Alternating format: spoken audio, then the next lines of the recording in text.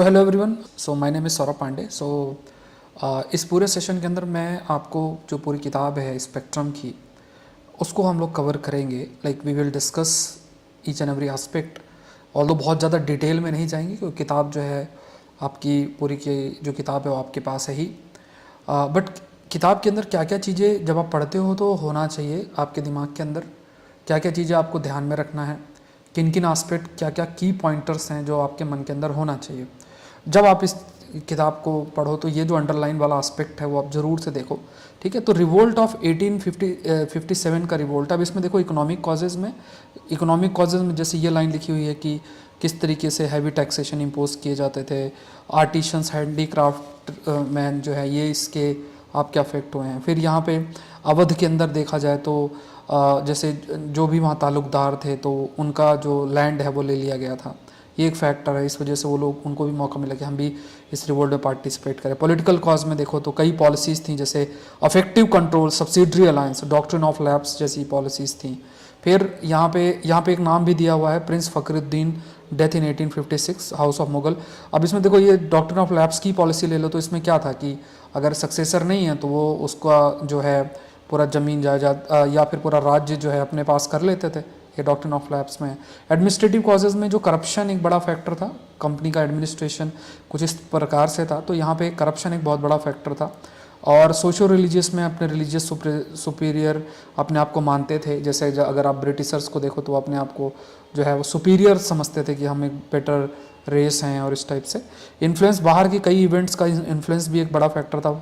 जैसे पहला अफगान वॉर हुई थी, पंजाब वॉर हुई थी, क्रिमियन वॉर हुई थी, सांथल रिबिलियन आपका होता। देखो थोड़ा सा पेशेंस बना के रखना है कि अगर आप ये पूरी किताब, जैसे आप अगर आप बिगनर भी हैं या फिर अगर आप पहले भी इस किताब को पढ़ चुके हैं तो ये आपको बहुत जल्दी से चीज़ों को रिवाइज़ करवा देगा। तो आप थोड़ा सा अपनी किताब को ओपन भी कर सकते हैं। ये किताब बहुत ज़्यादा अगर आप देखो तो इम्पॉर्टेंट है प्रीलिम्स मेंस दोनों ही प्रोस्पेक्टिव से। तो डिसकंटेंट सेपॉइस के अंदर था जो थे, ये एक बड़ा फैक्टर था इसमें। एक आप याद रखो 1857 में लॉर्ड कैनिंग लेकर आए थे जनरल सर्विस एंडलिस्टमेंट एक्ट, जिसमें जो सिपाही थे उनको बोला जाता था कि आप बाहर जा सकते हो, देश के अंदर सर्विस कर सकते हो। फिर यहाँ पे मिक्सिंग ऑफ बोन डस्ट, जो एनफील्ड राइफ़ल है उसका इस्तेमाल करना, इस वजह से काफ़ी रिवोल्ट हुआ क्योंकि वो कई जो रिलीजियस सेंटिमेंट है वो अफेक्ट हो रहे थे। 19 नेटिव इन्फेंट्री ऑफ बहरामपुर, उसने रिफ्यूज़ किया गया। फिर यहाँ पे आपके यंग सिपाही थे 34th native infantry Mangal Pandey, तो वो सिपाही थे। 7th अवध रेजिमेंट जो है उसने भी जो मतलब जो भी ऑर्डर्स आ रहे थे उनको डिफाई किया जा रहा था। तो ये फैक्ट्स आपको ध्यान में रखने हैं। फिर यहाँ पे स्ट्रॉन्ग सेंटर्स में देखो, यहाँ पे ये नाम याद रखना है।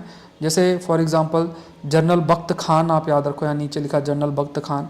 यहाँ पे उन्होंने बरेली के अंदर जो रिवोल्ट है उसको ये जो है बरेली के अंदर रिवोल्ट में पार्टिसिपेट किया, जनरल बख्त खान की अगर बात करो तो। उसके बाद आप कानपुर में देखोगे तो यहाँ कानपुर के अंदर जो एक रोल था नाना साहब का रोल था।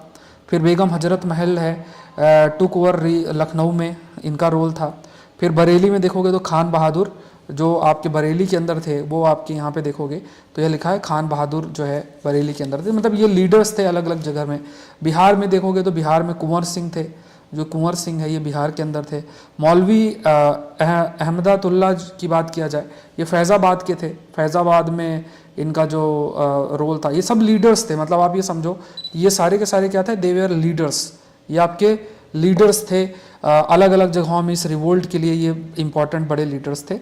फिर ये आपकी रानी लक्ष्मीबाई हैं झांसी के अंदर, सभी को पता ही है, तो ये है। इसके अलावा रिवोल्ट के सप्रेशन की बात किया जाए तो यहाँ पे तो ऐसा कोई प्रश्न नहीं बनेगा।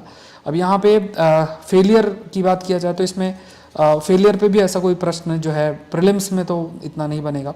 जैसे लैक ऑफ यूनिटी देखने को मिली, यूनिटी की कमी थी। उसके बाद जो कॉलोनियल पावर उसकी अंडरस्टैंडिंग इतनी अच्छी नहीं थी। फिर बहुत सारे लोग थे वो पीछे हट गए, जैसे मनी लैंडर्स और ये, तो उनका जो है जैसे ताल्लुकदार है उनके इंटरेस्ट पूरे हो गए तो वो नहीं बने। हिंदू मुस्लिम यूनिटी की अगर बात किया जाए तो यहाँ पे एंटायर रिवोल्ट की अगर बात किया जाए तो there was complete cooperation. Hindu और मुस्लिम्स की बात किया जाए तो पूरे तरीके से कंप्लीट कोऑपरेशन था। अब यहाँ पे देखो इंटरेस्टिंग जो इन्होंने प्रश्न यहाँ पूछा हुआ है, जैसे आपका कई किताबें जो है वो आपको याद रखना है। जैसे प्लान्ड, यहाँ पे लिखा है planned war of national independence, ठीक है, planned war of national independence V D Savarkar के द्वारा इसे बोला गया था। उनकी किताब थी first war of Indian independence, doctor S N Sen in is 1857 consider revolt as having begun as a fight for religion. तो यहाँ पे डॉक्टर एस एन सेन उनकी किताब थी 1857, और वी डी सावरकर जो थे उनकी जो एक किताब थी first war of Indian independence की आपकी किताब थी। अब इसमें कंसिक्वेंसेस, यहाँ पे ऐसा कोई प्रीलिम्स में जो है प्रश्न नहीं बनेगा। तो देखो यहाँ पे एक चीज़ बस याद रखना, जैसे मान लो लीडर्स बस याद रखना कि दिल्ली में जनरल बख्त खान, कानपुर में नाना साहब, लखनऊ के अंदर बेगम हजरत महल, बरेली में खान बहादुर, बिहार में कुंवर सिंह, फैज़ाबाद में मौलवी अहमदुल्ला, झांसी के अंदर रानी लक्ष्मीबाई। ये नाम थोड़ा सा याद रखना।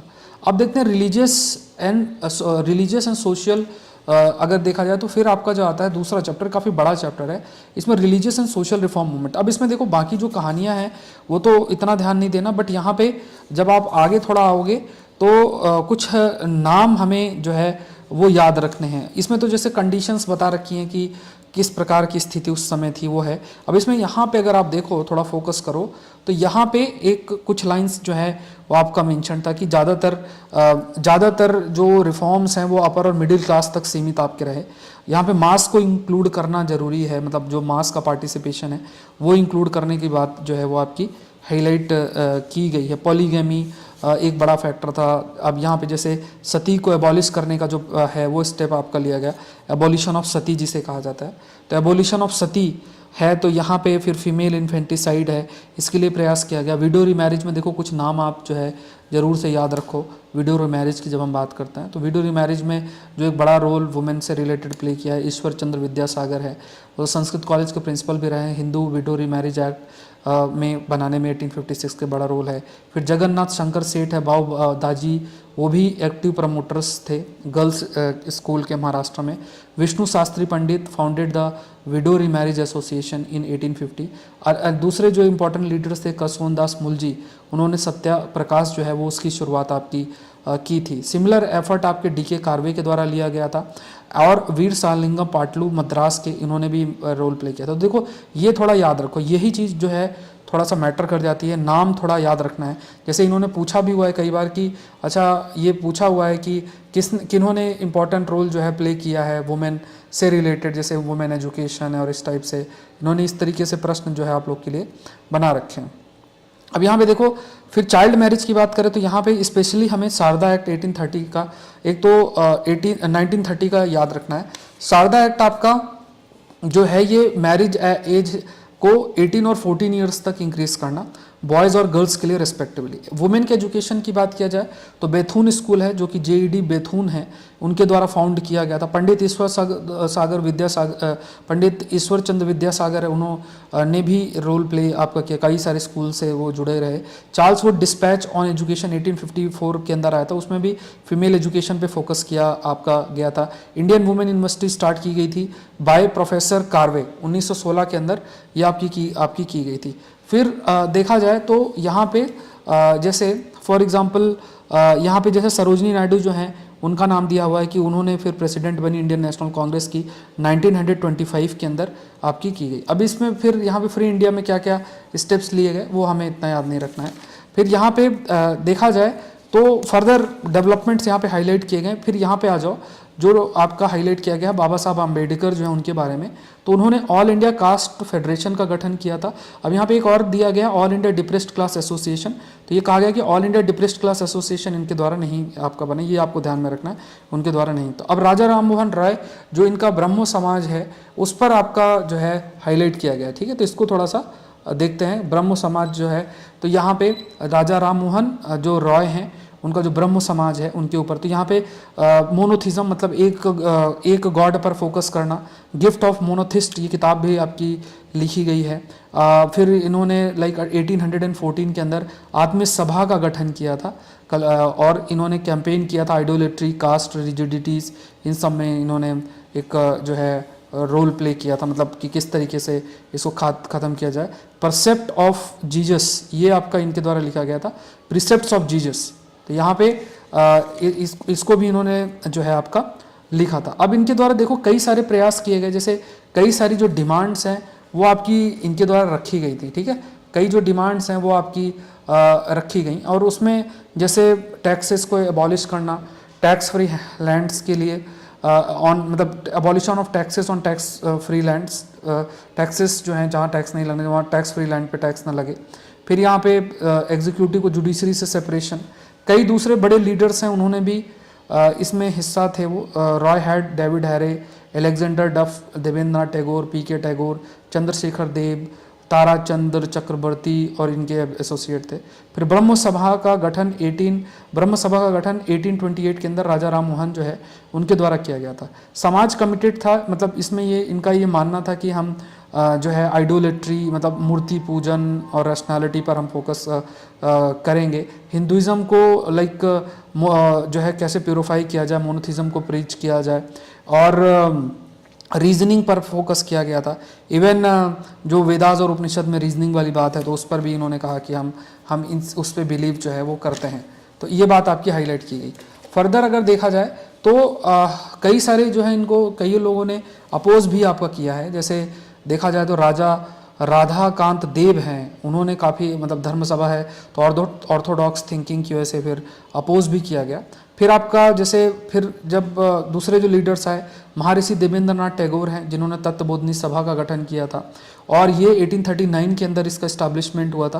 आपका तत्वबोधिनी पत्रिका बंगाली के अंदर आई थी जिसमें किस तरीके से इंडिया पास्ट को अच्छे तरीके से पढ़ा जाए उस पर था आपका किया गया। फिर यहाँ पे कई सारी चीज़ों पे फोकस समाज का किया गया था, ब्रह्मो समाज का, जैसे window remarriage, women education, polygamy कैसे ख़त्म किया जाए, रैयत्स को कैसे इंप्रूव आपका किया जाए। फिर इसके बाद केशव चंद्र सेन हैं, वो आपके जुड़े आचार्य नरेंद्र देवेंद्र टैगोर के साथ और इन्होंने भी कई सारी चीज़ें की। बट कई जो उनके विचार थे कई जो विचार थे थोड़ा सा रेडिकल रखा गया, तो इस वजह से जो अंडरस्टैंडिंग देवेंद्रनाथ टैगोर और केशव चंद्र सेन के बीच इतनी अधिक नहीं हुई। तो केशव चंद्र सेन है उनके विचारों की वजह से ही लाइक आप कह सकते हो कि जो उनका एक डिफरेंस ऑफ ओपिनियन आपका रहा जो है आपके देवेंद्रनाथ टैगोर से, तो यहाँ पे फिर इस वजह से कई डिफरेंसेस देखने को मिले। केशव और उनके जो फॉलोअर्स उन्होंने ब्रह्मो समाज ऑफ इंडिया 1866 का गठन किया था और जो देवेंद्रनाथ टैगोर थे उन्होंने जिसका गठन किया था आदि ब्रह्म समाज का किया था। अब देखो इसमें इंटरेस्टिंग चीज़ ये है कि जो केशव चंद्र थे उन्होंने खुद ही अपनी जो डॉटर है जो बहुत ही कम एज की मात्र 13 ईयर्स की है उसको हिंदू महाराजा कूच बिहार इनके साथ जो है मैरिज कर दिया। Number of Brahmo centres open किए गए थे अलग अलग जगहों में, पंजाब कई सारी जगहों पे, पंजाब जैसी जगहों पे। अब देखो इनकी मेन जो टीचिंग है अगर आप देखोगे तो टीचिंग इनकी जो फोकस की गई है तो किस तरीके से पॉलीथिज्म मतलब मल्टीपल जो बिलीफ सिस्टम है उस पर इन्होंने मतलब उस पर ये एग्री नहीं किए। उसके बाद कई अवतार पे इनका मानना नहीं था। फिर यहाँ पे ऑल्दो कर्मा के ऊपर इनकी कोई डेफिनेट स्टैंड नहीं था। कास्ट सिस्टम को इन्होंने काफ़ी जो है क्रिटिसाइज़ किया। नेक्स्ट एस्पेक्ट है प्रार्थना समाज के ऊपर है। प्रार्थना समाज, तो यहाँ पे अगर आप देखो प्रार्थना समाज इसमें 1863 के अंदर केशव चंद्र सेन ने प्रार्थना समाज के फॉर्मेशन में एक आपकी जो है वो मदद की। अब इसमें इनका एम क्या था, ये भी मोनोथिज्म पे इन्होंने फोकस किया था। Women education, widow remarriage, age of marriage भी इन्होंने इंक्रीज की था। प्रार्थना समाज के कई आपके जो प्रोमिनेंट लीडर्स थे जैसे महादेव गोविंद रानाडे, आर.जी. भंडारकर, एन.जी. चंडवारकर, ये है। यंग बंगाल मूवमेंट और फिर नेक्स्ट देखो है यंग बंगाल मूवमेंट जिसमें हेनरी विवियन देरोजियो ने एक इंपॉर्टेंट रोल प्ले किया था। तो यंग बंगाल मूवमेंट की अगर हम बात करें तो ये यंग बंगाल मूवमेंट में आपका जो एक रोल प्ले किया गया था हेनरी विवियन देरोजियो इनके द्वारा। तो यहाँ पे इन्होंने वुमेन एजुकेशन और इन सब पे काफ़ी फोकस किया गया था। बट इनके विचार इतने रेडिकल थे इस वजह से जो एक्सेप्टेबिलिटी थी वो कंपेरेटिवली थोड़ी सी कम थी। तो यहाँ पे याद रखना कि सुरेंद्रनाथ जो बनर्जी थे उन्होंने इनको कहा था, मतलब ये जो देरोजी हैं इनको कहा कि ये जो है एक प्रकार के पायनियर है मॉडर्न सिविलाइजेशन के, अगर बंगाल के सिविलाइजेशन की बात किया जाए। नेक्स्ट नाम जो हमें याद रखना है वो ईश्वर चंद्र विद्यासागर है, इनका नाम याद रखना है। अब इन्होंने काफ़ी अच्छे जैसे संस्कृत कॉलेज नॉन ब्राह्मण्स के लिए है, फिर वेस्टर्न थॉट्स संस्कृत कॉलेज के अंदर इंट्रोड्यूस करना, ये सब आपका किया गया। फिर जैसे विडो रीमैरिज जैसी चीज़ों पर इन्होंने फोकस आपका किया, वुमेन एजुकेशन पे फोकस किया। बैथून स्कूल जो है उसको भी अगर देखा जाए तो उसको भी इन्होंने जो बैथून स्कूल है फाउंड किया कलकत्ता में। पहला पावरफुल मूवमेंट कंसिडर किया जाता है कि काफ़ी एक इम्पॉर्टेंट और बड़ा मूवमेंट के रूप में भी इसको आपका कंसिडर जो है वो किया जाता है। फिर नेक्स्ट देखो यहाँ पे आपका बाल शास्त्री जंभेरकर है। अब ये चैप्टर खत्म होने के बाद तो यहाँ से फटाफट आप जो है अपना रिवीजन कर सकते हो, खाली बैठे हो तो अपने ईयरफोन में लगा के इसको सुन सकते हो। तो बाल शास्त्री जंभेरकर, इन्होंने दर्पण इनका एक न्यूज़पेपर के मैगजीन टाइप मान लो। स्टूडेंट लिटरेरी साइंटिफिक सोसाइटीज़ हैं, इसको ज्ञान प्रसारक मंडलीज भी कहा जाता है। फिर परमहंस मंडलीज हैं, वो फाउंड 1849 के अंदर महाराष्ट्र के अंदर किया गया था। और ये एक गॉड पे बिलीव करते थे, साथ में बैठना, साथ में सब जो भी खाना है, जैसे लोअर कास्ट पीपल हैं उनके द्वारा फूड बनाना, सब साथ में बैठ के खाना, इस टाइप से जो समाज के अंदर कुरीतियाँ थे उसको दूर करने का प्रयास जो इन्होंने किया। सत्यशोधक समाज में ज्योतिबा फुले हैं, उनका नाम याद रखना है। अब इन्होंने कुछ किताबें लिखी जैसे सार्वजनिक सत्य धर्म और गुलामगिरी, ये 2 नाम याद रखना है। और फिर आप देख लो आपके, हाँ, इन्होंने फिर सत्यशोधक समाज का गठन किया, ये याद रखना है। गोपाल कृष्ण देशमुख लोकहितवादी, ये है, इन्होंने एडवोकेट किया reorganisation of Indian society on rational, किस तरीके से भारतीय समाज को एक रैशनल प्रिंसिपल के तहत आपका संगठित आपका किया जाए। फिर गोपाल गणेश आगरकर जो हैं, इन्होंने भी जो ह्यूमन रीजनिंग और इन सब पे फोकस किया। फिर ये इंपॉर्टेंट है, servant of India society Gopal Krishna Gokhale, वो एक लिबरल लीडर थे इंडियन नेशनल कांग्रेस के, उन्होंने सर्वेंट ऑफ इंडिया सोसाइटी का गठन किया 1905 में। इसका एम था कि जो नेशनल मिशनरीज हैं उनको किस तरीके से ट्रेन किया जाए। फिर आपका सोशल सर्विस लीग है, अच्छा, इनकी जो डेथ हुई थी गोखले जी की, उनके बाद श्रीनिवास शास्त्री ने जो है वो प्रेसिडेंट बने। सोशल सर्विस लीग है, अनदर गोखले फॉलोअर नारायण मल्हार जोशी, उन्होंने सोशल सर्विस लीग का गठन किया बॉम्बे के अंदर। इनका एम था कि किस तरीके से मासेस को ज़्यादा बेटर किया जाए, उनके लाइफ और वर्क को और अच्छा किया जाए, रीजनेबल आपका जो है वो किया जाए, ये चीज़ आपकी हाईलाइट की गई। और यहाँ पे जो NM जोशी हैं, उनका नाम जोड़ा जाता है, जो all India trade union Congress का भी गठन 1920 के अंदर किया गया था, उससे भी इनका नाम जो है जोड़ा गया आपका गया। फिर नेक्स्ट है रामकृष्ण मूवमेंट। रामकृष्ण मूवमेंट जो है ये भी बहुत आपका इम्पॉर्टेंट है।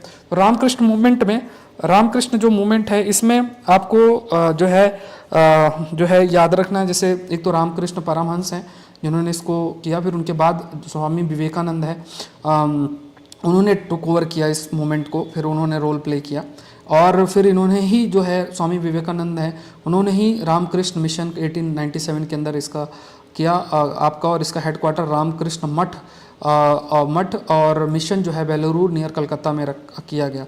और जो आपके विवेकानंद है, उन्होंने service of a man is the service of a God, ये बात बोली। नरेंद्र नाथ दत्त की अगर बात किया जाए तो इन्हें स्वामी विवेकानंद जो है, मतलब स्वामी विवेकानंद का नाम ही नरेंद्र नाथ दत्त भी आपका रखा गया। अब ये भी आप याद रखो कि कई प्रकार की जो टीचिंग्स है उस पर फोकस किया गया, गीता है, उपनिषद है, इनकी टीचिंग पे जो है फोकस आप किया गया। अब इनकी देखो मेनली जो डिफरेंस है, जैसे अगर देखा जाए तो जैसे विवेकानंद थे, उन्होंने कहा कि doctrine of service of all मीइंग, सभी की सर्विस करना, सभी का जीवन की रक्षा करना, वही जीव की सर्विस करना ही शिवा की वर्शिप आपका करना है। तो यहाँ पे किसी को फोर्स ना करना अपने बिलीफ सिस्टम कि आप जो हम चाह रहे हैं वैसा ही बिलीव करो, जो ऐसा हम चाहते हैं वैसा है, तो ऐसा नहीं माना गया। आर्य समाज की बात किया जाए तो उन्होंने utility and value of image service, image worship को माना, जो आपका रामकृष्ण मिशन की अगर बात किया जाए। बाकी वेदांत और इन सब के जो थॉट प्रोसेस है उन पे भी बिलीव आपका रखा आपका गया। फिर आपका दयानंद सरस्वती जो हैं ये जुड़े हुए थे आर्य समाज से। आर्य समाज जो मूवमेंट है ये एक रिवाइवलिस्ट मूवमेंट आपका रहा। तो यहाँ पे दयानंद जो सरस्वती, इनका नाम मूल शंकर भी था। इनकी जो किताब थी उसका नाम था, अगर आप देखो तो इस किताब का नाम भी आपका जो है सत्यार्थ प्रकाश, ये किताब आपका रखा गया। तो यहाँ पे क्लासलेस कास्टलेस सोसाइटी कैसे लाई जाए, बैक टू वेदा जैसी चीज़ों को इन्होंने जो है फोकस किया। मिनिमम मैरिजेबल एज को भी इन्होंने फिक्स किया, जो कि आपका जो है 25 ईयर्स है। तो मिनिमम मैरिजेबल जो एज है उसको भी इन्होंने जो है आपका फिक्स किया कि मिनिमम मैरिजेबल एज आपकी इतनी होनी चाहिए। तो ये भी एक हाईलाइट आपका किया गया। 25 ईयर्स जो है बॉयज़ के लिए, 16 ईयर गर्ल्स के लिए, इस पर भी इन्होंने फोकस किया गया। और डीएवी जो स्कूल हैं वो इन्हीं के स्कूल आपके हैं। तो इसमें ये कुछ पॉइंट्स हमें ध्यान में रखना है।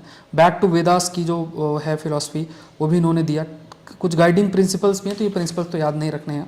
फिर सेवा सदन आप देख लो, तो सेवा सदन जो है ये सेवा सदन आपका पारसी सोशल जो रिफॉर्मर्स है बहराम जी एम मालाबारी, उन्होंने सेवा सदन का गठन 1885 को आपका किया था। सेवा समाज फाउंड 1897 में लाहौर में शिव नारायण अग्निहोत्री है, इनके द्वारा किया गया था और इन्होंने भी गुरु के ऊपर जो है फोकस किया। फिर आपका जो है देखा जाए तो धर्म सभा राधाकांत देव जो है इन्होंने फाउंड किया। उसका ऑर्थोडॉक्स मतलब जो पहले से चली हुई चीज़ें हैं उन्हीं पर उनका बिलीव था। भारत धर्म महामंडला की बात किया जाए तो इसमें एक नाम बहुत अच्छा जुड़ा है, जैसे पंडित मदन मोहन मालवीय जुड़े हैं, इनका नाम इससे जुड़ा हुआ है। इसमें भी वही जो पुरानी जो चीज़ें हैं उस पर, जो प्रेवलेंट चीज़ें हैं उस पर इनका बिलीव था इस भारत धर्म महामंडल का। राधा स्वामी मूवमेंट की बात करें तो इसमें तुलसी राम इनका एक बड़ा रोल रहा है, also known as Shiv Dayal Saheb. ठीक है, तो तुलसी राम हैं, बैंकर्स थे और ये थे, और यहाँ भी इन्होंने गुरु पर फोकस, आपका जो गुरु है उनके फोकस किया। फिर नेक्स्ट आप देखो वो नेक्स्ट है आपका वोकलिका संघा। ठीक है, जो वोकलिका संघ है उस पर जो है फोकस किया गया। वोकलिका संघ ये आपका एंटी ब्राह्मण मूवमेंट था, जस्टिस मूवमेंट है, ये भी मतलब ये सारे सेल्फ रेस्पेक्ट मूवमेंट और ये सब आपके upper caste against upper caste movement एक प्रकार से थे। जस्टिस मूवमेंट में देखा जाए ये मद्रास प्रेसिडेंटी स्टार्ट किया गया था CN मुडालियार, TM नारायण और P त्यागराजा के द्वारा। सेल्फ रेस्पेक्ट मूवमेंट ये स्टार्ट किया गया था EV रामास्वामी नायकर के द्वारा जो है ये आपका स्टार्ट किया गया था 1920s में। फिर आपका आरवीपुरम जो मूवमेंट है यहाँ पे भी लाइक जो टेम्पल एंट्री है, तो इसमें जो आरवीपुरम केरला है वहाँ पे जो है अपर कास्ट की जो डोमिनेंस है कि एंट्री न किया जाए टेम्पल में, तो उसको इससे जो है श्री नारायण गुरु हैं उन्होंने प्रयास किया एक शिव की मूर्ति लेके और उसको स्थापित किया। टेम्पल एंट्री मूवमेंट है नेक्स्ट जो एस्पेक्ट है, that is temple entry movement. तो इसमें आपको नाम याद रखने कई लोगों ने इंपॉर्टेंट रोल प्ले किया। श्री नारायण गुरु, N कुमारन आसन, TK माधवन, इन्होंने इंपॉर्टेंट रोल किया।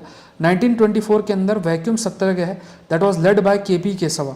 तो ये 24 में वैक्यूम सत्याग्रह आया that was led by KP केशवा, ये लॉन्च किया गया केरला के अंदर, जिसमें ये था कि किस लाइक जो टेम्पल है उनको ओपन किया जाए, सभी के लिए टेम्पल ओपन किया जाए, ऐसा ना हो कि स्पेसिफिकली कुछ लोगों के लिए ही हो। 1931 में सिविल डिसोबीडियंस मूवमेंट के बाद फिर आपका दूसरा जो सत्याग्रह है गुरुवरुर सत्याग्रह है, इसमें P कृष्ण पिल्लई, AK गोपालन, इनका एक रोल आपका रहा है। सुब्रमण्यम तिरुमंबू करके थे, तो ये भी एक पोएट है, इनका इंपॉर्टेंट रोल रहा है। फिर आपके कई जो इंडियन सोशल कॉन्फ्रेंस है MG रनाडे इन्होंने फाउंड किया, रघुनाथ राव इन्होंने फाउंड किया, और यहाँ पे MG रनाडे, रघुनाथ राव जो कॉन्फ्रेंस है वो हर साल में मिलना। ठीक है, कॉन्फ्रेंस। अब इसमें भी देखो इन्होंने फोकस क्या किया कि like it could be called the social conferences of the Indian National Congress, मतलब सोशल रिफॉर्म किस तरीके से किया जाए इस पर आपका पूरे तरीके से इनके द्वारा फोकस किया गया। और इन्होंने प्लेज मूवमेंट भी स्टार्ट किया था, प्लेज अगेंस्ट चाइल्ड मैरिज का खात्मा करना। अब इसमें थोड़े से बहुत ये है, अब जैसे कई सारे मुस्लिम से रिलेटेड भी इस्लामिक मूवमेंट भी आए, वहाँ भी रिफॉर्म्स की बात आपकी की गई है, किस तरीके से जो है वेस्टर्न एजुकेशन या कहीं पे आपका जो है जो ऑर्थोडॉक्सी है, ये पुरानी जो थॉट प्रोसेस है उसको लेकर जाना, इस पर इन्होंने फोकस आपका। तो जैसे एक वहाबी वलीउल्लाह मूवमेंट है जिसमें शाह वलीउल्लाह जो है इनके द्वारा कि किस तरीके से इस्लाम को दोबारा से जो है रिवाइव किया जाए, वेस्टर्न एजुकेशन का जो रिस्पॉन्स है उसको रिड्यूस किया जाए, और ये जो टीचिंग है वलीउल्लाह वो फर्दर पॉपुलराइज किया गया शाह अब्दुल अजीज़ के द्वारा, सैयद अहमद बैरलवी के द्वारा। फिर आपको देखो तितु मिर मूवमेंट है, ये मीर निठार अली, ये आपके पॉपुलरली इन्हें तितु मिर भी कहा जाता है। ये शिष्य थे शहीद अहमद बैरलवी राय बैरलवी के, और ये वहाबी मूवमेंट के फाउंडर थे। और ये जो है आप कह सकते हैं कि मुस्लिम पीजेंट ऑफ बंगाल अगेंस्ट मतलब जो हिंदू लैंडलॉर्ड थे उसके खिलाफ मुस्लिम जो किसान थे उनको ऑर्गेनाइज किया। फिर आपका फैराजी मूवमेंट है, यहाँ पे भी इम्पोर्टेंट नाम आपको याद रखना है, हाजी शरीयत अल्लाह करके है ये है, और इनका भी मेन ये था कि किस तरीके से जो मुस्लिम्स हैं रीजन के अंदर वहाँ पे सोशल इनोवेशन किस तरीके से जो है वो लेकर आ जाए। फिर आपका अहमदिया मूवमेंट था, अहमदिया मूवमेंट में जो नाम आपको याद रखने हैं, तो अहमदिया मूवमेंट में आपके यहाँ पे भी जो है like universal religion of all humanity, अब जिहाद को अपोज करना। फिर उसके बाद movement spread western liberal education को प्रमोट करना, ये है। फिर आपका सर सैयद खान अहमद खान और अलीगढ़ मूवमेंट आया, तो ये आपका जो रिवोल्ट 1857 है जिसने लाइक उसमें कहा गया कि जो ऑफिशियल व्यू था on revolt on 1857 held the Muslim to be the main conspirators, मतलब ये कहा गया इसमें, ये किताब में लिखा हुआ है ऑफिशियल व्यू, देखो आप लाइन लिखी हुई है। अब यहाँ पे क्या किया गया, opinion got currency among the rulers that the Muslim could be used as allies against the rising rate, तो मतलब इस्लाम या मुस्लिम्स को यूज़ किया जाए, जो भी आपका मूवमेंट इस तरीके से 1857 का मूवमेंट ना हो इस तरीके से, तो यहाँ पे इस प्रयास से जो है इनका किया गया। अब यहाँ पे कई सारे जो आइडियाज़ हैं सैयद जो है इनके, तो वो आपका उनकी मैगजीन थी यहाँ पे आप देखोगे दैट इज़ तहद हिब उल अखलक, ये उनकी मैगजीन थी। फिर आपका देवबंद स्कूल है यहाँ पे, तो देवबंद मूवमेंट ऑर्गेनाइज किया गया by orthodox section among the Muslim उलेमा as a revivalist movement with twin objective, दो ऑब्जेक्टिव थे, एक तो कुरान की टीचिंग, हदीस जो है इनकी पूरी टीचिंग, देवबंद स्कूल की बात किया जाए। फिर यहाँ पे सहारनपुर में इसकी स्थापना भी की गई। यहाँ पे मोहम्मद कासिम नानोतवी और रशीद अहमद गंगोही, ये जो रिलीजियस लीडर्स हैं उनको ट्रीट करने की बात की गई। तो Deoband school welcome the formation of Indian National Congress and in 1888 फतवा जो है वो जारी किया, तो ये सब इतना याद नहीं आपको रहेगा। फिर पारसी रिफॉर्म मूवमेंट की अगर बात करो, पारसी जो रिफॉर्म मूवमेंट है उसमें रहनुमाई मजदयाम या सभा रिलीजियस रिफॉर्म एसोसिएशन फाउंड किया गया था 1851 के अंदर बाय आपके यहाँ पे एक इम्पॉर्टेंट जो पारसी रिफॉर्म में जो लीडर आपके आए थे, जिसमें दादा भाई नारोजी थे, KR कामा थे, ये इंपॉर्टेंट लीडर है। फिर आपका सिख रिफॉर्म मूवमेंट में एक तो जैसे आपको याद रखना सिंह सभा का गठन किया गया था अमृतसर में 1873 में के अंदर, और जैसे एम यही था कि मॉडर्न जो वेस्टर्न एजुकेशन है उसको अवेलेबल कराया जा सके, और जो क्रिश्चियन मिशनरीज हैं जो कन्वर्ट कर रहे हैं तो उनको भी किसी तरीके से रोका जाए, इस पर भी फोकस आपका किया गया। So Akali movement was a regional movement but not a communal one. Akali movement की बात किया जाए तो वो रीजनल मूवमेंट था, मतलब किस तरीके से वहाँ पे बदलाव किया जाए, सिख उनको रिफॉर्म किया जाए। और यहाँ पे ये भी था कि जैसे मान लो जो एक महंत थे गुरुद्वारास के, तो उन करप्ट महंत उसके खिलाफ भी मूवमेंट चला। फिर आपका शिरोमणि गुरुद्वारा प्रबंधक कमेटी का गठन किया गया एज अपेक्स बॉडी।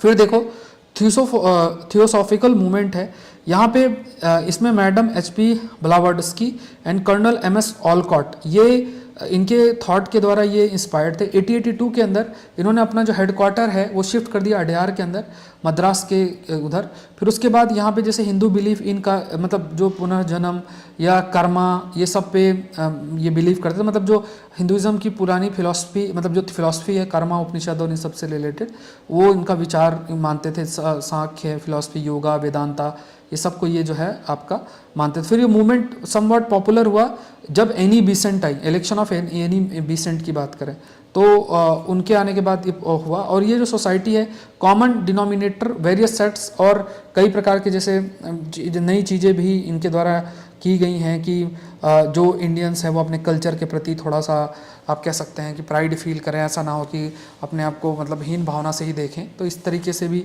इनकी जो सोच है वो रखी गई। ठीक है, तो ये पूरा का पूरा चैप्टर है, आई होप ये आपके लिए काफ़ी हेल्पफुल हो रहा होगा। तो थोड़ा सा अगर आप ध्यान दो कि किताब को थोड़ा सा गो थ्रू हो जाओगे ना, तो ये बहुत आपके लिए भी आसान हो जाएगा, मतलब बहुत ही ज़्यादा आपको आसानी होगी, आसानी से आप रिवाइज भी कर पाओगे। और अगर किताब पूरी की पूरी एक बार आपने रीड कर ली, पता है कि अच्छा ये कॉमन पॉइंट्स हैं, ये इंपॉर्टेंट पॉइंट्स हैं, तो आप इजीली फिर मतलब फिर आपके लिए बहुत आसान हो जाएगा। फिर आपको लास्ट ईयर के जो प्रश्न हैं उसी को जो है वो प्रैक्टिस शुरू करते हैं। अब देखो यहाँ पे देखो की पॉइंट्स याद रखने हैं, मतलब यहाँ पे हमें देखना है कि जो पूरी की पूरी किताब है उस किताब में क्या क्या पॉइंट्स हैं जहाँ से प्रश्न हमारे लिए फ्रेम हो सकते हैं, खासतौर से जब आप प्रीलिम्स की बात करते हो। तो factors in the growth of modern, जो मॉडर्न नेशनलिज्म है, यहाँ पे ये जाना गया कि देखो इंडियन और कॉलोनियल जो इंटरेस्ट है उसमें डिफरेंसेस हैं।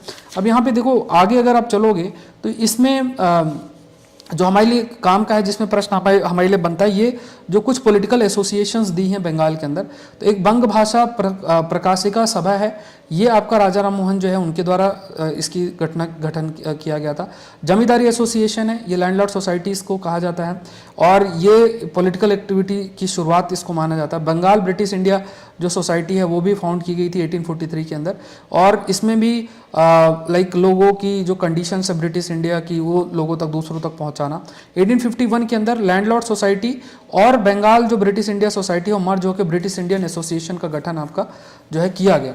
फिर देखो यहाँ पे स्टार्टिंग में इनके एम्स भी जैसे ही थे, एग्जीक्यूटिव को जुडिशरी से अलग करना, सैलरी हायर ऑफिसर की उनको रिड्यूस करना। फिर आप देखो ईस्ट इंडियन एसोसिएशन, ये दादा भाई नारोजी जो है उनके द्वारा गठन किया गया था 1866 में लंदन के द्वारा, लंदन में, जिसमें जो इन्फ्लुएंस है, जैसे लोग हैं वहाँ इंग्लैंड के अंदर रह रहे हैं तो वो जाने कि जो ब्रिटिश इंडिया में किस तरीके का ट्रीटमेंट जो है वो करते हैं। फिर आपका इंडियन लीग है वो 1875 में शिशिर कुमार घोष है उनके द्वारा आपकी स्थापना की गई थी, और खासतौर से पॉलिटिकल एजुकेशन कैसे प्रमोट किया जाए इस पर भी फोकस आपका किया गया। फिर इंडियन एसोसिएशन ऑफ कलकत्ता है, इसने सुपरसीड किया इंडियन लीग और फाउंड की गई थी 1876 के द्वारा बाय सुरेंद्र नाथ बनर्जी, आनंद मोहन बोस। ये आप याद रखना इंपॉर्टेंट है ये। एंड ये मतलब अगर आप देखो तो Indian association of Calcutta most important pre Congress association थी उस समय। तो फिर आपका पॉलिटिकल एसोसिएशन बॉम्बे के अंदर देखा जाए कि क्या पॉलिटिकल एसोसिएशन बॉम्बे के अंदर है, तो यहाँ पे आपका पूना सार्वजनिक सभा है जो कि 1867 के अंदर बाय महादेव गोविंद रनाडे उनके द्वारा थी। आपकी गठन किया गया था गवर्नमेंट और पीपल के बीच में जो ब्रिज है उसको लेकर आना। ब्रिज का मतलब एक गैप है लोगों के बीच में, तो वो आप कह सकते हो कि उस गैप को दूर करना। फिर बॉम्बे प्रेसिडेंसी एसोसिएशन है जो स्टार्ट की गई थी बदरुद्दीन तैयब के द्वारा, फिरोज शाह जो आपके मेहता है, केटी तेलांग है, इनके द्वारा। फिर मद्रास महाजन सभा है वो 1884 में वी राघवाचारी और बी सुब्रमण्यम अय्यर और पी आनंद चार्लू इनके द्वारा किया गया था। तो बस ये आप ध्यान रखना।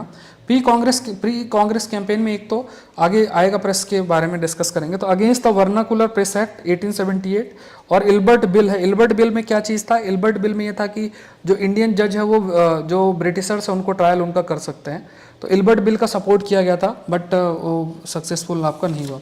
कांग्रेस का फॉर्मेशन आपका एओ ह्यूम के द्वारा किया गया। अब इसमें हमें जानना है सेफ्टी वॉल थ्योरी है। सेफ्टी वॉल थ्योरी क्या कहती है कि कांग्रेस जो का गठन किया गया एओ ह्यूम के द्वारा, जिससे कि लोगों और सरकार के बीच में एक बफर जोन क्रिएट किया जाए। ये आपकी थिंकिंग है सेफ्टी वॉल थ्योरी की जब हम बात करते हैं। फिर आपके जो अर्ली जो कांग्रेस के मेंबर्स हैं उनको हम मॉडरेट्स बोलते थे, जैसे दादा भाई नारोजी, फिरोज शाह मेहता, डी वाचा, WC बनर्जी, SN बनर्जी, इन्होंने कांग्रेस की जो पॉलिसी है उसको आपका काफ़ी हद तक डोमिनेट भी आपका जो है वो उस समय के द्वारा आपका किया। ठीक है, ये ध्यान में रखना। अब यहाँ पे दादा भाई नारोजी जो है उनका एक बहुत इंपॉर्टेंट रोल रहा है।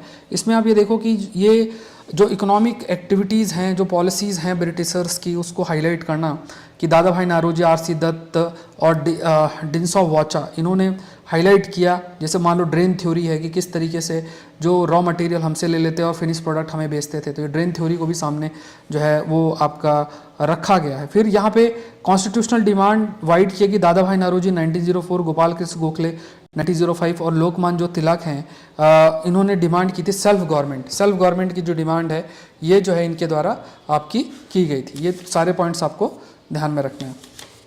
नेक्स्ट देखते हैं यहाँ पे। हाँ, नेक्स्ट यहाँ पे अगर आप देखोगे ये चैप्टर इधर आ जाता है। यहाँ पे सर सैयद अहमद खान और राजा शिव प्रसाद सिंह ऑफ बनारस, यहाँ पे इन्होंने इंडियन पेट्रियाटिक एसोसिएशन का गठन आपका किया गया था। और जैसे कई लोग ऐसे थे, मतलब इनका नाम रख दिया इंडियन पेट्रियाटिक एसोसिएशन, क्योंकि कई जो कदम आपके उठाए जा रहे थे, अब ये कहा गया कि ब्रिटिशर्स जो है वो जो ब्रिटिशर्स हैं उनके खिलाफ है, ये कदम ऐसा उनको रहता था।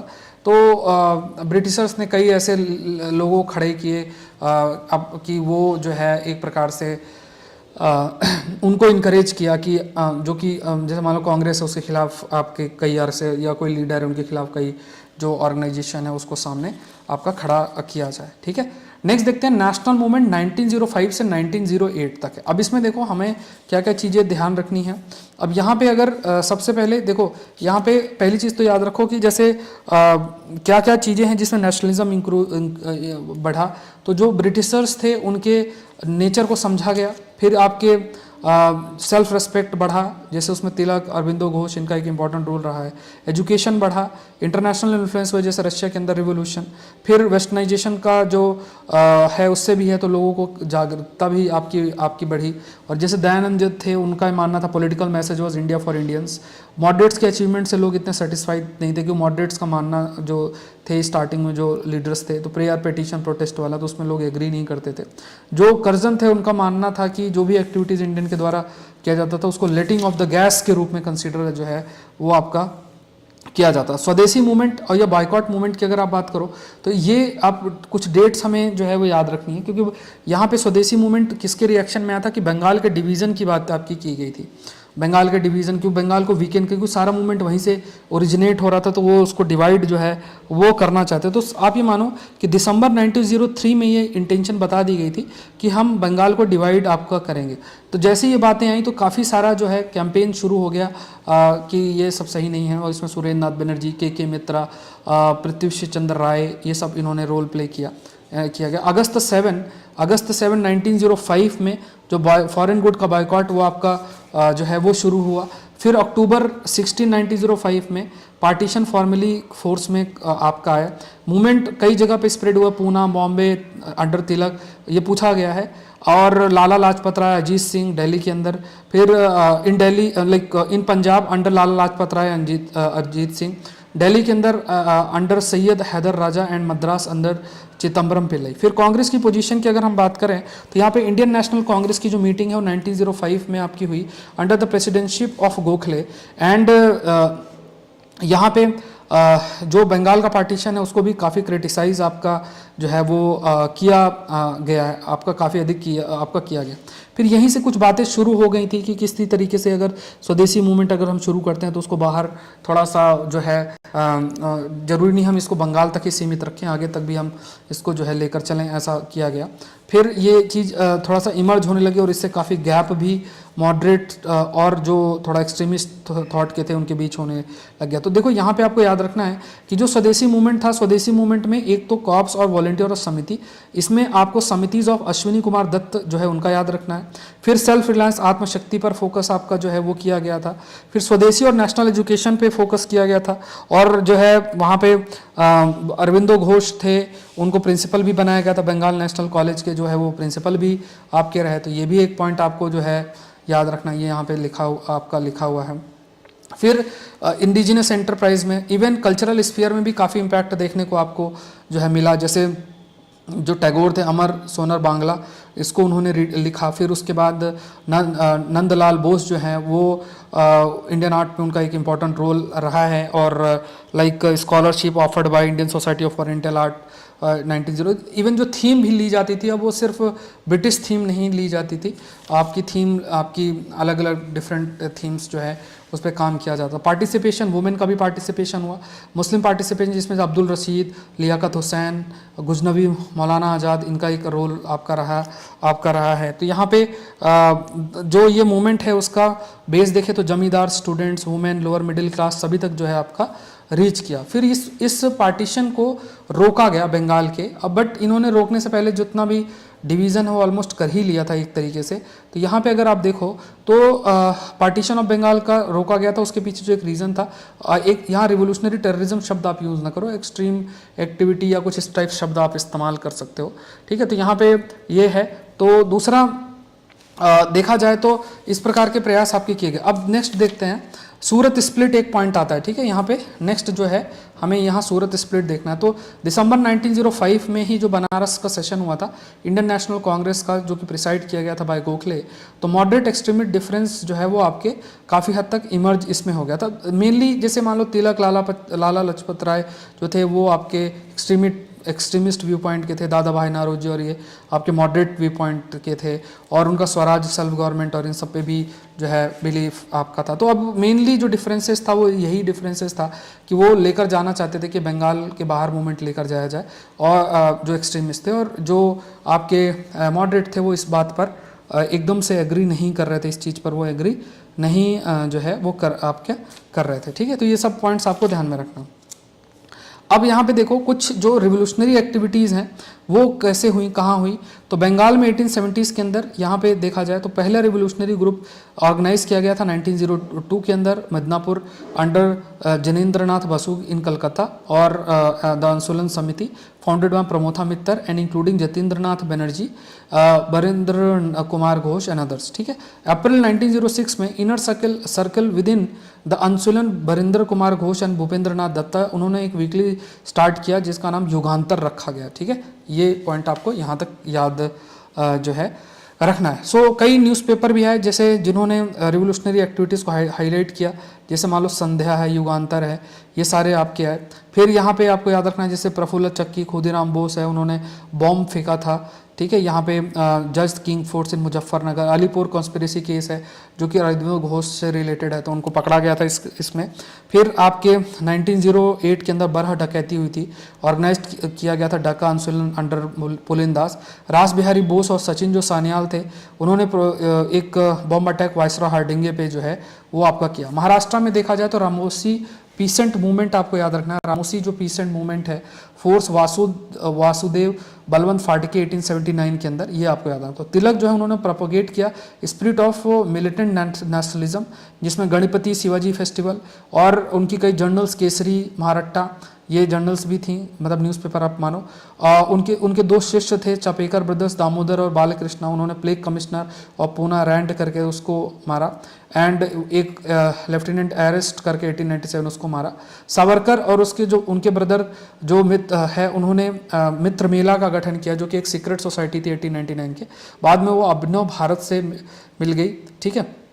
फिर 1904 के अंदर देखा जाए 1904 के अंदर, ठीक है, 1904 में अभिनव भारत से जाके मिल गए। पंजाब के अंदर आप देखोगे तो अजीत सिंह जो कि भगत सिंह के अंकल थे, उनका रोल था, और उन्होंने अंजुमन मुहज़्ज़बनी ए वतन, ये इसका गठन किया था विथ इट्स जर्नल भारत माता, जो एक न्यूज़पेपर के रूप में आप मानो। कई आपके उर्दू पोएट भी थे, जैसे लालचंद फलक करके थे उस समय। अब्रॉड में देखा जाए तो अब्रॉड में, जैसे बाहर की बात किया जाए तो अब्रॉड के अंदर जो है, अब्रॉड में तो आपके कई श्याम जी कृष्ण वर्मा ने स्टार्ट किया लंदन इन 1905 में Indian home rule society, Indian house. फिर आप कह सकते हो कि जर्नल है सोशोलॉजिस्ट रिवोल्यूशनरी, जैसे आप कह सकते हैं सावरकर, हरदयाल है, वो भी इंडियन हाउस के मेंबर बने। मदन लाल डींगरा जो है, Madan Lal office circle assassinated Indian office bureaucrat Curzon Wyllie, इसका असैसिनेशन जो है वो किया गया। फिर आपका मैडम बीकाजी कामा, पारसी रिवोल्यूशनरी है, उन्होंने फ्रेंच जो सोशोलॉजिस्ट है उनके साथ कॉन्टैक्ट आपका डेवलप किया, और वंदे मातरम जो है उसको लेकर आया। अजीत सिंह जो है उसको जिम्मेदारी प्रोवाइड की गई ऑपरेट करने के लिए। और उसके बाद 1909 के अंदर एंग्लो जर्मन रिलेशंस डिटोरेट किए, और वीरेंद्र नाथ चट्टोपाध्याय जो है उन्होंने जो है बर्लिन को चूज़ किया अपने बेस के लिए, क्योंकि ब्रिटिशर्स के साथ जो रिश्ते हैं जर्मनी और ब्रिटिश का रिश्ते इतने अच्छे नहीं थे। मॉरल मिंटो रिफॉर्म्स 1909 का है, इसको आपको पॉलिटी से ही पढ़ना है, पॉलिटी का पार्ट है ना, पॉलिटी में जो आप पढ़ते हो, जैसे लक्ष्मीकांत की किताब है तो उसमें पहला ही जो हिस्सा है उसी को जो है आपको इसको पढ़ना है। नेक्स्ट देखते हैं first world war and nationalist response, पहला वर्ल्ड वॉर से रिलेटेड। अब यहाँ पे देखो, इसमें जो हमें सबसे इंपॉर्टेंट याद रखना है वो है गदर के बारे में। गदर जो है इसके फॉर्मेशन, ये आप याद रखो कि ये वीकली न्यूज़पेपर है गदर करके, और इसका हेडक्वार्टर सैन फ्रांसिस्को के अंदर था। और यहाँ पे स्वदेश सेवक होम वैनकूवर के अंदर गठन हुआ, यूनाइटेड इंडिया हाउस सेटल के अंदर आपका गठन किया गया, और कई प्रकार की रिवोल्यूशनरी एक्टिविटीज़ यहाँ पे आपकी की गई हैं। अब यहाँ पे देखो कुछ नाम याद रखना है जो गदर पार्टी से लिंक थे, जैसे लाला हरदयाल है, रामचंद्र है, भगवान सिंह है, करतार सिंह सराबा है, बरकतुल्ला है, भाई परमानंद है। फिर एक कोमा गाता मारू इंसिडेंट है, ये एक शिप थी जो कि आपकी 370 पैसेंजर को कैरी कर रही थी from Singapore to Vancouver, but Canada में इनको एंटर नहीं होने दिया गया। फिर ये कलकत्ता गए, बजबज एयरपोर्ट वहाँ पहुँचे, बजबज जो आपका पोर्ट है वहाँ पहुँचे, जहाँ पे काफ़ी सारी वायलेंस हुआ, काफ़ी सारे लोग मरे। फिर वहाँ से जो है करतार सिंह सराबा और रघुबर दयाल गुप्ता है वो इंडिया चले गए। बंगाल रिवोल्यूशनरी जो है उन्होंने कांटेक्ट किया, रास बिहारी बोस और सचिन सान्याल जो है, फिर इसके बाद से वो मूवमेंट उन्होंने जो है वो आपका लेड किया। यूरोप के अंदर आपको याद रखना है Berlin committee for independence India, वो स्टैब्लिश किया गया 1950 बाय वीरेंद्र नाथ चट्टोपाध्याय, भूपेंद्र नाथ दत्त, लाला हरदयाल और other with the help of German foreign office under Zimmerman plan. तो यहाँ पे आपको ये याद रखना है, ये जो जिमरमैन प्लान है वो बेसिकली ये भी एक रिवोल्यूशनरी एक्टिविटी का हिस्सा है यूरोप के अंदर, और इसमें आपके कई सारे लीडर्स के नाम आपको याद रखना, जैसे वीरेंद्र नाथ चट्टोपाध्याय, भूपेंद्र नाथ दत्त, लाला हरदयाल, इन्होंने एक रोल जो है प्ले किया। किस तरीके से जो लोग बाहर रहते हैं, मतलब अब्रॉड रहते हैं, उनको तैयार किया जा सके कि वो इंडियन कॉज को सपोर्ट करें, इस पर जो है प्रयास आपका किया गया। फिर राजा महेंद्र प्रताप सिंह, बरकतुल्ला एंड ओबायदुल्ला सिंधी, ये काबुल गए और वहाँ पे प्रोविंशियल इंडियन गवर्नमेंट का गठन आपका जो है किया। फिर आपका सिंगापुर के अंदर म्यूटिनी हुई थी, और इस म्यूटिनी की अगर आप बात करो तो यहाँ पे जो Punjabi Muslims 5th light infantry और 36th Sikh battalion under Jamadar Chishti Khan और जमदार अब्दुल गानी और सूबेदार दाऊद खान, इनके द्वारा जो है रिवोल्ट आपका रिवोल्ट किया गया।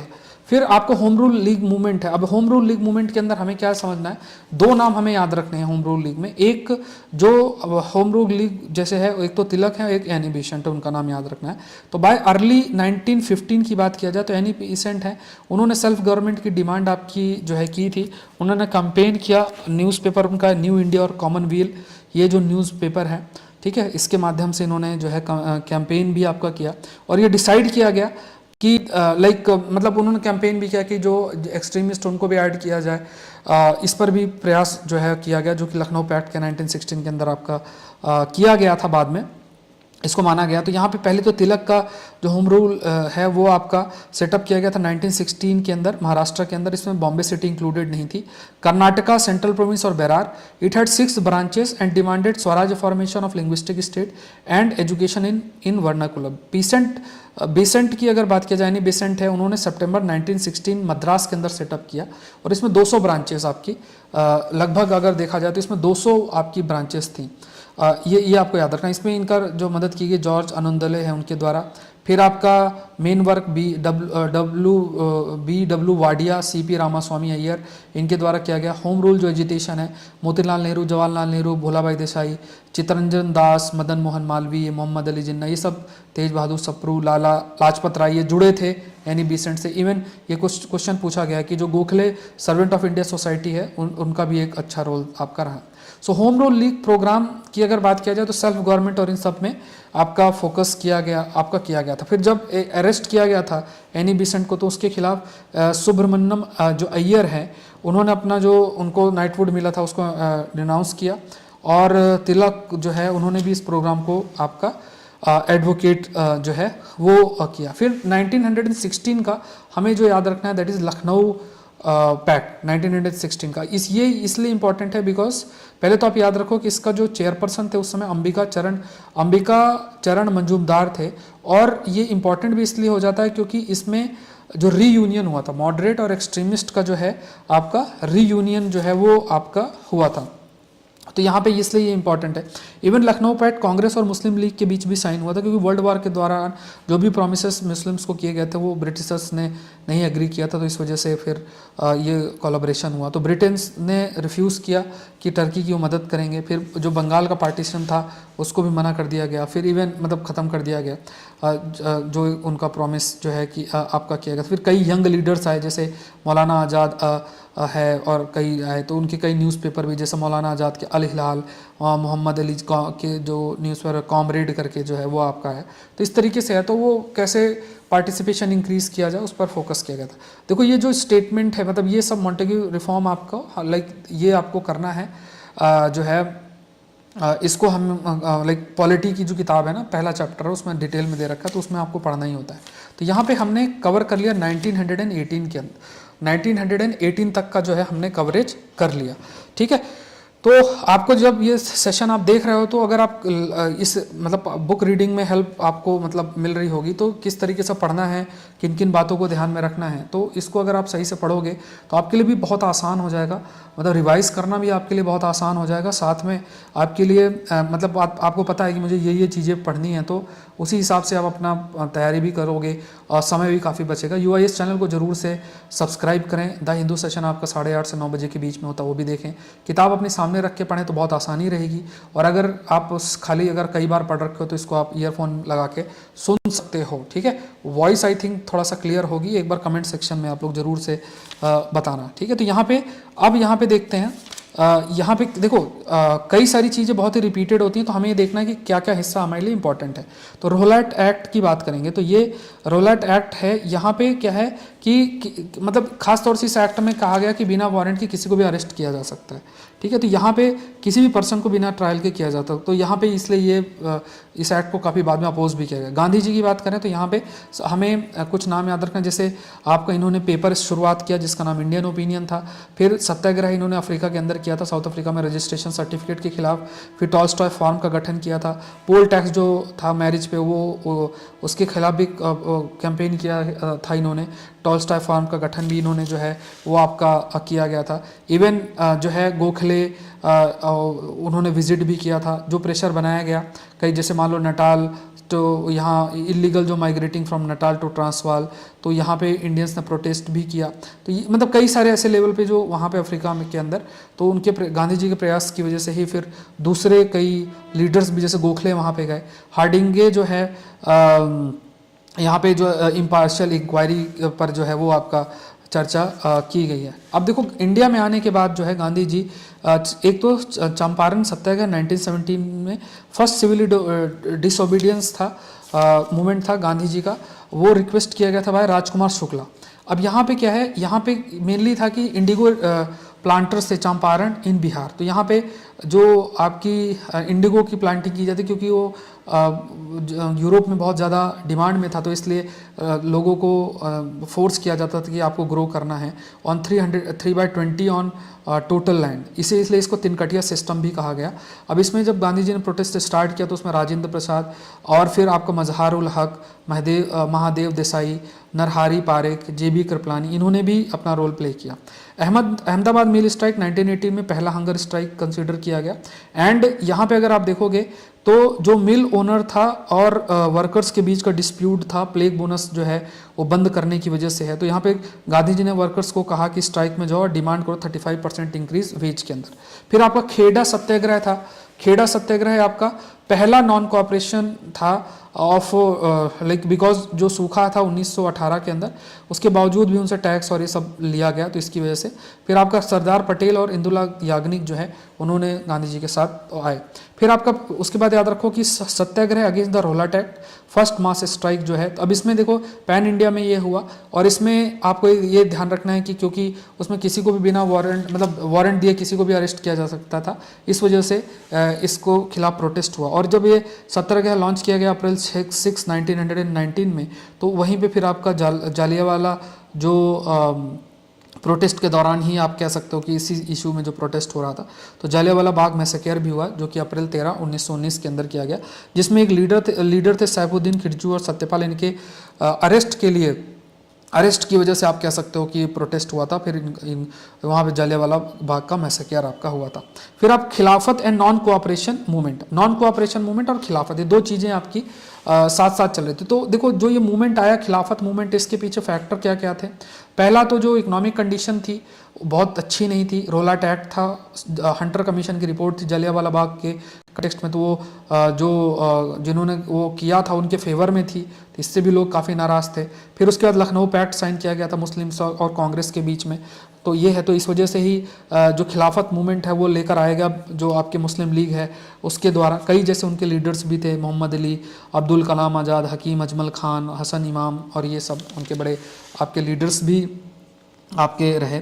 फिर इसके बाद आप देखा जाए तो खिलाफत जो स्टार्ट भी किया गया, जिसमें जो उस कमेटी का अध्यक्ष भी गांधी जी को बना दिया गया। इन अर्ली 1919 खिलाफत कमेटी जो है वो आपका बनाई गई, leadership Ali brother, Shaukat Ali Jinnah, Maulana Azad, Ajmal Khan and हसरत मोहानी, जिससे कि जो एटीट्यूड है टर्की के प्रति वो चेंज आपका किया जा सके। फिर ये इसमें गांधी जी जो है उनको भी ऐड किया गया, उनको हेड बना दिया गया।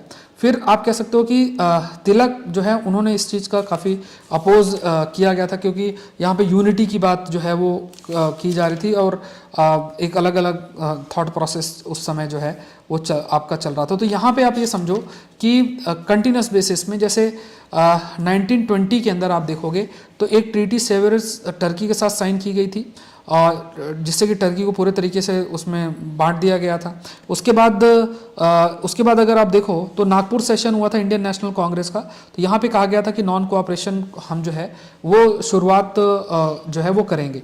इंपॉर्टेंट चेंज ये आपका हाईलाइट किया गया था। तो इवन जो कदम उठाया गया इसकी वजह से Mohammad Ali Jinnah, any Besant GB, अब जैसे मान लो कि कई प्रयास जो किए गए थे, मतलब कि जो रिवोल्यूशनरी एक्टिविटीज़ हैं उसकी वजह से कई लीडर्स जो हैं उन्होंने बैकआउट कर लिया, जिसमें Mohammad Ali Jinnah, any Besant, GS करपड़े, BS पाल, और ये जो कांग्रेस है उन्होंने छोड़ दिया। सुरेंद्र नाथ बनर्जी, उन्होंने इंडियन नेशनल लिबरल फेडरेशन का गठन जो है वो आपका किया, ये है। फिर मूवमेंट के स्प्रेड की बात किया जाए तो कई सारे लीडर्स थे, आचार्य नरेंद्र देव, सीआर दास, लाला लाजपत राय, जाकिर हुसैन, सुभाष चंद्र बोस, इन्होंने रोल प्ले किया, जो कि नेशनल कॉलेज ऑफ कलकत्ता के प्रिंसिपल भी जो है वो आपके रहे।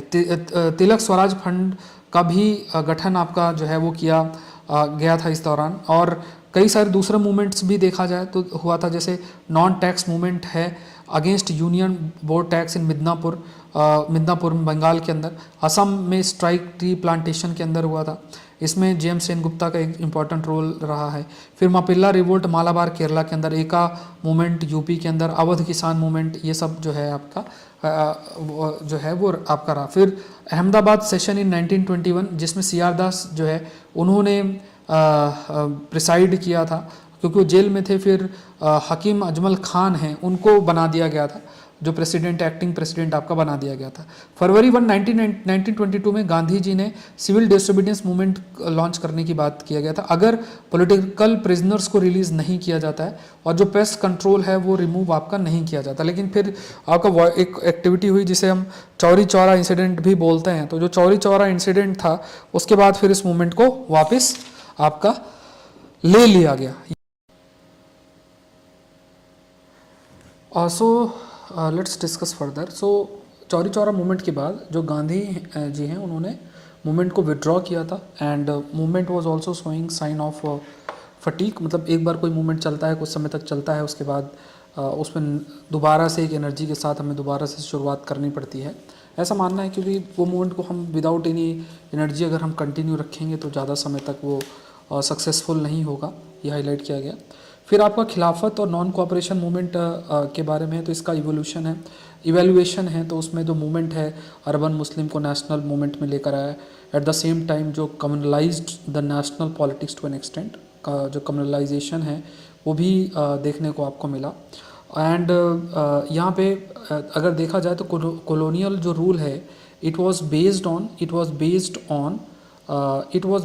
On two myths. पहला कि such rules was in the interest of Indian, and two that it is invincible. मतलब कि एक बार ये माना जाता था कि ये जो रूल है ये एक तरीके से इंडिया के इंटरेस्ट में है। दूसरा ये बोला गया कि ये माना जाता था कि उस रूल को हटाया नहीं जा सकता था। तो ये एक थिंकिंग थी, तो ये चीज़ आपके अफेक्ट हुई।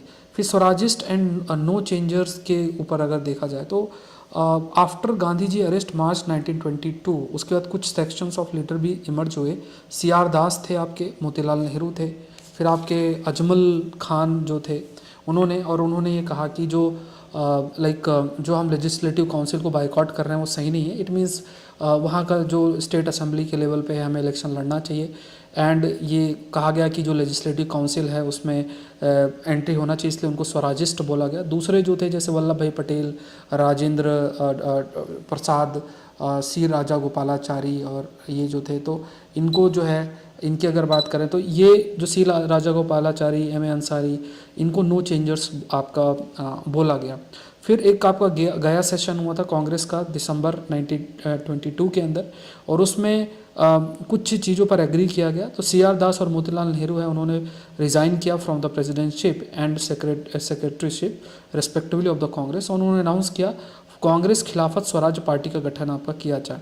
और स्वराजिस्ट जो उनका आर्गूमेंट था कि जब तक आपका कोई मूवमेंट नहीं चल रहा है तो ऐसे खाली नहीं बैठना चाहिए, हमको कई सारे जो अभी हैं तो जो स्पेस है, पॉलिटिकल स्पेस है, उसको हमें यूज़ करना चाहिए। ये चीज़ उनके द्वारा आपकी कही गई थी।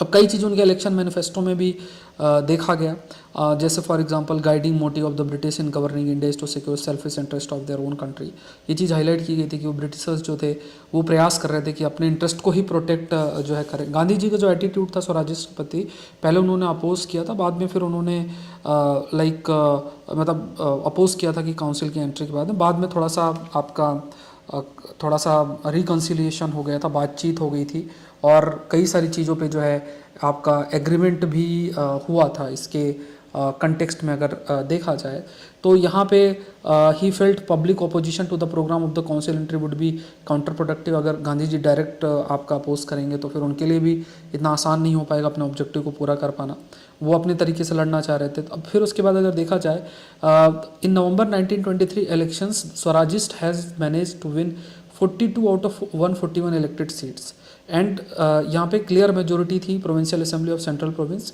And legislation. और उन्होंने ज्वाइन किया hand with liberals and independents like Jinnah और मदन मोहन मालवीय उनके साथ भी वो जुड़े। फिर उसके बाद अगर देखा जाए कई सारी एक्टिविटी जो स्वराजिस्ट जो थे उनके द्वारा परफॉर्म की गई थी, Swarajist activity in the council की अगर हम बात करें तो यहाँ पे जो स्वराजिस्ट थे बाय 1924 स्वराजिस्ट पोजीशन वीक पड़ गई थी because of the wide spread communal right split. Swarajist के बीच में ही स्प्लिट आपका काफ़ी था। अब उसमें भी आपके रेस्पॉन्सिविस्ट नॉन रेस्पॉन्सिविस्ट स्वराजिस्ट के बीच में भी डिवाइड हो गए थे। फिर CR दास थे, उनकी भी डेथ हो गई थी, उससे फर्दर आपका वीक हो गया था। तो रेस्पॉन्सिविस्ट थे एमंग स्वराजिस्ट, उसमें अगर देखा जाए तो लाला लाजपत राय, मदन मोहन मालवीय और NC केलकर इन्होंने एडवोकेट किया कि गवर्नमेंट के साथ हमें कोऑपरेट करना है जब तक आप हिंदू इंटरेस्ट को प्रोटेक्ट करते हैं। नॉन जो रेस्पॉन्सिविस्ट थे जैसे मोतीलाल नेहरू और इस सब थे वो ऐसा आपका नहीं मानते थे। 1930 में जो स्वराजिस्ट थे उन्होंने फाइनली वॉकआउट किया as a result of the Lahore Congress resolution on Purna Swaraj and the beginning of the civil disobedience movement. जो सिविल डिसोबीडियंस मूवमेंट है उसकी स्टार्टिंग में अब उनके कई प्रकार के जैसे अचीवमेंट्स है, कुछ पॉइंट्स जो हमें देखना है। पहले जैसे मान लो जो विट्ठल भाई पटेल है उन्हें इलेक्ट किया गया as a speaker of the central legislative assembly, ये एक अचीवमेंट है। फिर उन्होंने जो मॉनफोर्ड स्कीम था उसको भी अपोज किया था, like expose the hollowness of this scheme. Montford जो स्कीम आपकी जो है वो थी। नेक्स्ट देखा जाए नेक्स्ट एक कुछ जो पॉइंट्स हमें आगे ध्यान में रखना है। कम्युनिस्ट पार्टी ऑफ इंडिया वो फॉर्म की गई थी 1920 में ताशकंद के अंदर, ये फैक्ट आपको याद रखना है। बाय MN रॉय और अबानी मुखर्जी इन्होंने बनाया था। 1924 के अंदर देखा जाए तो many communist SA Dange, Muzaffar Ahmad, Shaukat Usmani, Nalini Gupta, उनको जेल किया गया इन कानपुर के बोल्शेविक कॉन्स्पिरेसी केस के अंदर। 1929 के अंदर आपका मेरठ कॉन्स्पिरेसी केस भी आपका हुआ। एक्टिविज़म इन इंडियन यूथ का पार्टिसिपेशन भी धीरे धीरे काफ़ी जो है वो इंक्रीज़ हुआ। तो उसमें जैसे all over student leagues were being established and जो स्टूडेंट्स थे स्टूडेंट कॉन्फ्रेंस जो है वो हेल्ड किए गया। 1928 में जवाहरलाल नेहरू उन्होंने वो प्रेसाइड किया और ऑल बंगाल स्टूडेंट कॉन्फ्रेंस को उन्होंने आपका प्रेसाइड किया। फिर देखा जाए तो पीसेंट एजिटेशन की बात किया जाए, जो पीसेंट एजिटेशन है तो पीसेंट एजिटेशन में रंपा रीजन आंध्र प्रदेश के अंदर वहाँ पे एजिटेशन देखने को मिला, राजस्थान में मिला, रैयतवरी एरियाज़ बॉम्बे और मद्रास का जो एरिया है। फिर गुजरात में बरदौली सत्याग्रह भी आपका पटेल जी थे उनके द्वारा 1928 के द्वारा और 1928 में हुआ। फिर आपका ट्रेड यूनियनिज्म भी हुआ। ट्रेड यूनियन जो मूवमेंट है वो all India trade union Congress की गठन, ऑल इंडिया ट्रेड यूनियन का जो कांग्रेस है वो आपका फॉर्मेशन हुआ 1920 में। लाला लाजपत राय उसके पहले प्रेसिडेंट रहे और दीवान चमन लाल उसके जनरल सेक्रेटरी बने। Tilak was also one of the moving spirit इसके पीछे। मेजर स्ट्राइक आपकी 1920 के अंदर हुआ in Kharagpur. Railway workshop Tata iron steel work Jamshedpur के अंदर मेजर उसमें रहा। तो यहाँ पे बॉम्बे टेक्सटाइल जो मिल है उसमें अगर देखा जाए तो लगभग काफ़ी सारा वहाँ भी प्रोटेस्ट आपका हुआ। फिर बर्किंघम कर्नाटिक मिल है वहाँ पे भी आपका जो है प्रोटेस्ट हुआ। कई प्रकार के देखा जाए तो कास्ट मूवमेंट्स भी हुए, many caste movements also being held. तो जैसे justice party movement, self respect movement under Periyar, EV Ramaswami, Satyashodhak activist in Satara Maharashtra, Bhaskar Rao Jadhav Maharashtra, Mahar under Ambedkar Maharashtra, radical Ezhavas under K. Ayyappan and C. Kesavan in Kerala, Yadavas in Bihar in for improvements in social status, और union party under फजल ए हुसैन, ये आपका क्या। फिर आपकी कई revolutionary activities भी हुई। तो यहाँ पे अगर आप देखोगे तो हिंदुस्तान रिपब्लिक एसोसिएशन का गठन किया गया था पंजाब के अंदर, पंजाब, यूपी और बिहार के अंदर। फिर युगांतर अंसुलन ग्रुप और फिर बाद में चितागोंग रिवोल्ट ग्रुप है वो सूर्यसेन जो है उनके द्वारा बंगाल के अंदर आपका गठित किया गया। रिवोल्यूशनरी जो एक्टिविटीज़ हैं, टेररिज्म शब्द यूज़ नहीं करना है क्योंकि पुरानी किताब है, बट रिवोल्यूशनरी एक्टिविटीज़ आप देखो तो यहाँ पे कई जो मेजर लीडर्स है रिवोल्यूशनरी ग्रुप के लाइक है ना, कई देखा जाए तो उन्होंने नॉन कोऑपरेशन मूवमेंट और इस सब में आपका जो है पार्टिसिपेट भी किया था।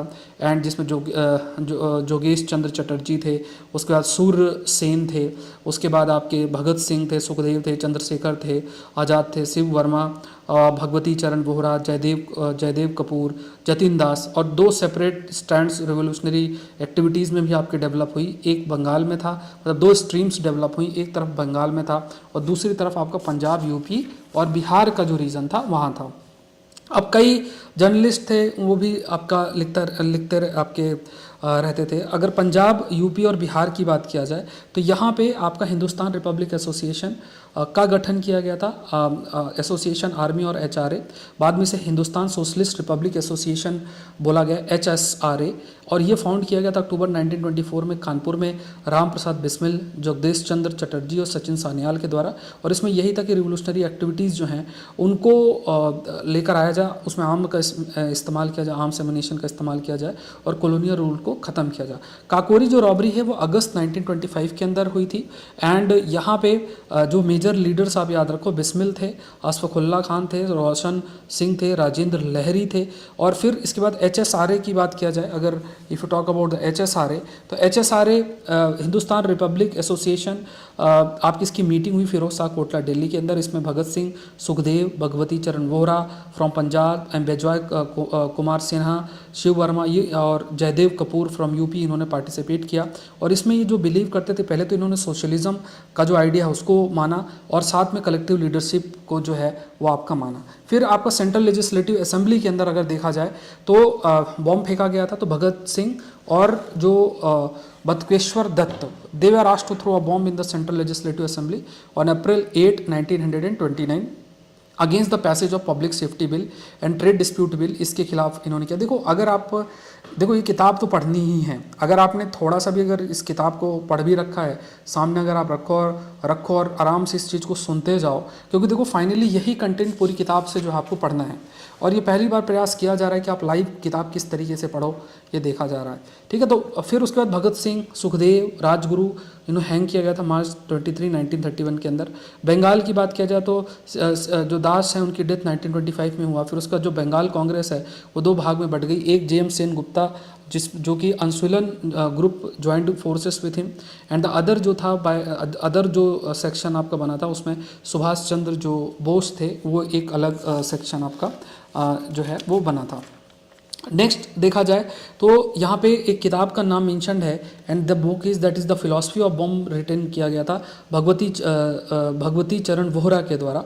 एंड जो रिवोल्यूशन है ये भी बिलीव किया गया था, भगत सिंह जो थे उनके द्वारा भी माना जाता था कि जो रिवोल्यूशन है वो मासेस के द्वारा, for the masses, by the masses आपका किया जा सकता है। एंड जो भगत सिंह है उन्होंने इस्टेब्लिश किया था पंजाब नौजवान भारत सभा 1926 के अंदर, जो एक प्रकार से रिवोल्यूशनरी विंग थी और उसमें पार्टिसिपेशन यूथ, पीसेंट, वर्कर्स ये सब आपके पार्टिसिपेट भी कर सकते हैं। इस पर भी फोकस आपका जो है वो किया गया। इसके बाद देखा जाए तो अगर कई प्रकार की जो रिवोल्यूशनरी एक्टिविटीज़ हुई उसमें कई दूसरे नाम भी हैं, सूर्य सेन भी हैं और कई जो यंग वुमेन हैं उन्होंने भी सूर्य सेन के साथ काफ़ी पार्टिसिपेशन किया, जैसे कल्पना दत्त है, सुनीति घोष है, शांति घोष है, सुनीति चंदेरी है, प्रीतिलता वाडेदर है, ये आपकी थी।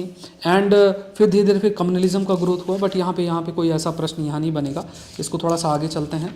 आगे चलने के बाद आपका जो एक पार्ट आता है ये आ जाता है, that is anti Simon commission, ठीक है, ये पार्ट आ जाता है। एंटी साइमन कमीशन की अगर हम बात करें तो ये जो एंटी साइमन कमीशन है अगर एंटी साइमन कमीशन की बात करें तो ये साइमन कमीशन है, इसका गठन किया गया था जिसमें सिर्फ वाइट मेंबर्स मतलब ब्रिटिशर्स ही थे, इंडियंस को इंक्लूड नहीं किया गया था। इसे साइमन कमीशन भी कहा क्योंकि जॉन साइमन जो है इसके चेयरमैन थे। नवंबर 8 1927 में इसका फॉर्मेशन आपका किया गया था और एम इसका ये था कि क्या इंडिया कॉन्स्टिट्यूशनल रिफॉर्म के लिए तैयार है कि नहीं, इस चीज़ को देख के आपका बताना था। कांग्रेस की रिस्पांस की अगर बात किया जाए उस समय, तो कांग्रेस की response, if you talk about the Congress response, तो कांग्रेस सेशन मद्रास में हुआ था जिसमें एम.ए. अंसारी ने डिसाइड किया कि इसको पूरे तरीके से बायकॉट किया जाए। फिर उसके बाद नेहरू जो थे उन्होंने सक्सीड किया और उन्होंने एक रेजोल्यूशन पास किया कि complete independence as the goal of the Congress.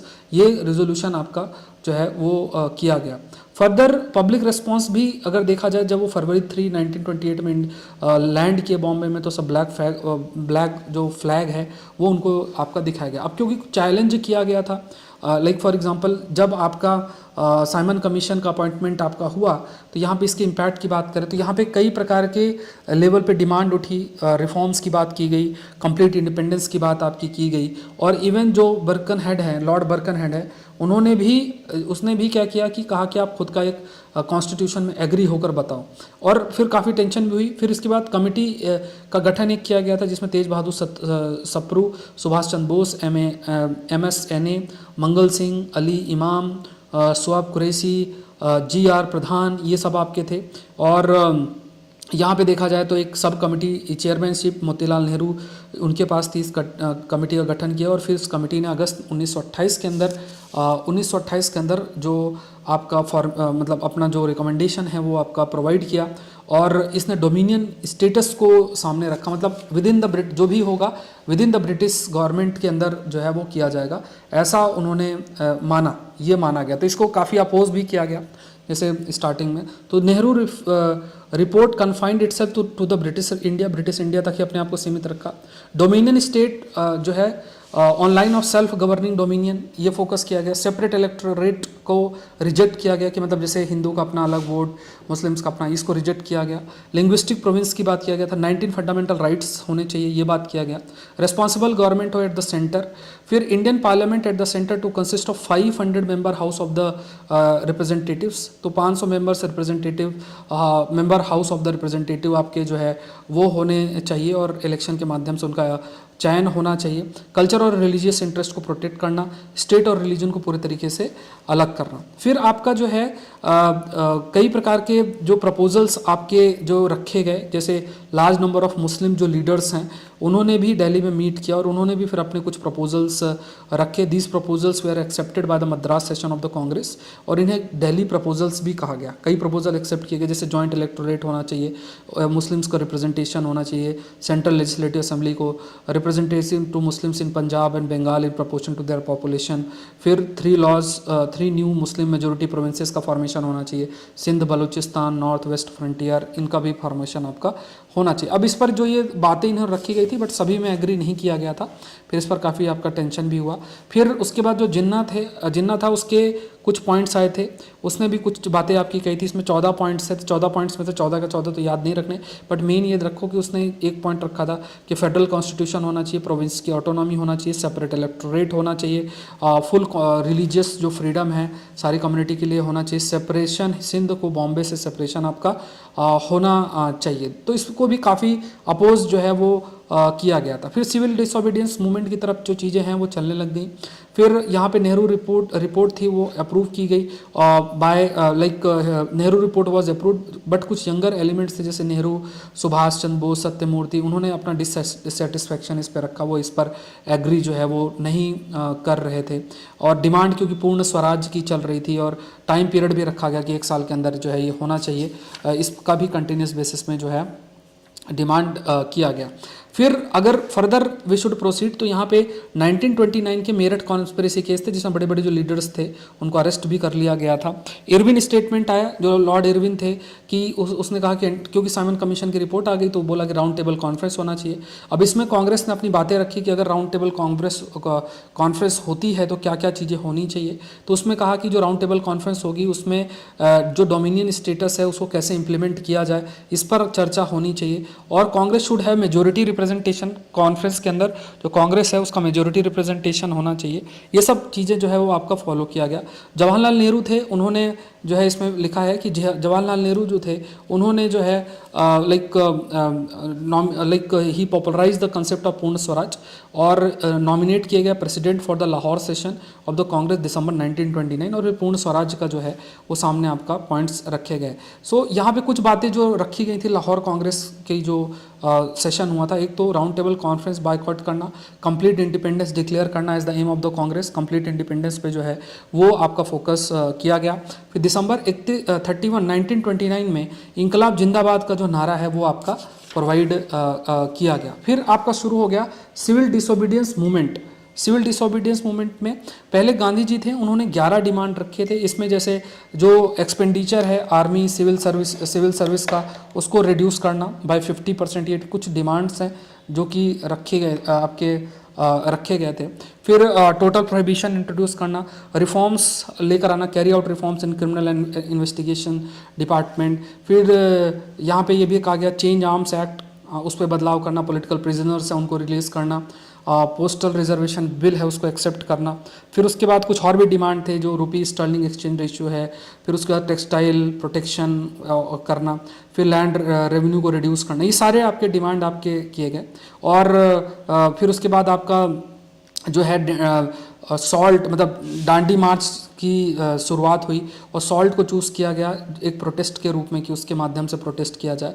यहाँ पे कहा गया कि क्योंकि ये जो सॉल्ट है वो सभी के लाइफ से पूरे तरीके से जुड़ा हुआ है और उसमें टैक्स भी जो है वो कंटिन्यूसली इम्पोज हो रहा है। सॉल्ट की बात करें in a flash link to idea of swaraj, इसको स्वराज के आइडिया से भी ईजिली जो है वो लिंक कर सकते हो। और क्योंकि हर एक इंसान इससे जुड़ा हुआ है तो लोग भी जो एक प्रकार से ब्रिटिशर्स के द्वारा एक्सप्लॉयटेशन है उसको आसानी से समझ सकते हैं। फिर आपका डांडी मार्च मार्च 12 से अप्रैल 6 तक चली 1930 में।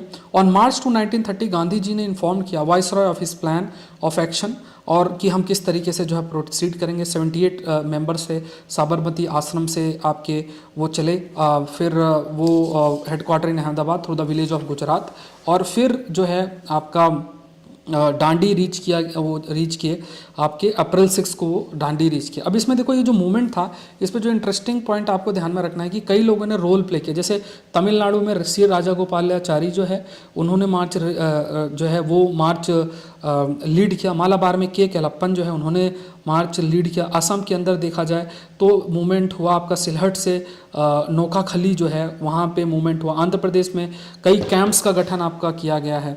एंड नेहरू जो थे अरेस्ट किए गए अप्रैल 1930 में सॉल्ट लॉ को डिफाइंस की वजह से उनका भी अरेस्ट हुआ। फिर आफ्टर गांधी जी अरेस्ट फिर कई जो कांग्रेस वर्किंग कमेटी उसने कई बातें रखी कि रेवेन्यू का payment, non payment of revenue रैयत वाली एरियाज़ के अंदर, चौकीदार जो कैंपेन है, चौकीदार टैक्स कैंपेन जमींदारी एरिया में वो नहीं हो, मतलब जो टैक्स दिया जाता वो नहीं होगा, फॉरेस्ट लॉ को नहीं मानना, ये रखा गया। चिटागोंग में सूर्य सेन है उन्होंने रोल प्ले किया। पेशावर की अगर बात करें तो पेशावर के अंदर Khan Abdul Ghaffar Khan educational and social reform जो वर्क है अमंग द पठान उसको किया और उन्होंने एक पॉलिटिकल मंथली भी शुरुआत किया जिसका नाम पख्तून था और ऑर्गेनाइज किया एक volunteer brigade Khudai Khidmatgar popularly known as the red shirt, ठीक है, रेड शर्ट जिसे कहा। सोलापुर की बात करें तो यहाँ पे this industrial town of southern Maharashtra was the fiercest response to Gandhi arrest. यहाँ पे टेक्सटाइल वर्कर्स हैं उन्होंने काफ़ी अधिक जो है प्रोटेस्ट आपका किया। फिर आपका धरसना एक जगह है, धरसना, वहाँ पे सरोजनी नायडू, इमाम साहब और मनीलाल जो है उन्होंने आपका जो प्रोटेस्ट किया सॉल्ट को लेके। बिहार के अंदर आपका जो चौकीदार टैक्स है उसको दिया नहीं गया। बंगाल के अंदर एंटी चौकीदार टैक्स हुआ। Anti union board tax campaign जो है वो भी आपका उस पर भी फोकस किया गया। गुजरात के अंदर देखा जाए तो फेल्ट इन आनंद बोरसद और नदियाद एरिया खेड़ा डिस्ट्रिक्ट बदौली सूरत डिस्ट्रिक्ट में देखने को मिला। और आसाम के अंदर एक पावरफुल एजिटेशन शुरू हुआ organised against the infamous Cunningham circular, जिसके तहत क्या था कि उन जो पेरेंट्स थे उनको फोर्स किया गया था कि आप जो है अपने बच्चों को देखो कि वो इस तरीके की किसी भी मूवमेंट में पार्टिसिपेट ना करें। तो इसके ये सर्कुलर था, इसके खिलाफ भी काफ़ी आपका प्रोटेस्ट हुआ। फिर उसके बाद मणिपुर और नागालैंड की अगर बात किया जाए तो यहाँ पे रानी गैदिनुली जो नागालैंड के, उन्होंने रेस किया बैनर का revolt against foreign rule. She was captured in 1932 और फिर उन्हें सेंटेंस हुआ लाइफ इम्प्रिजनमेंट का। ठीक है।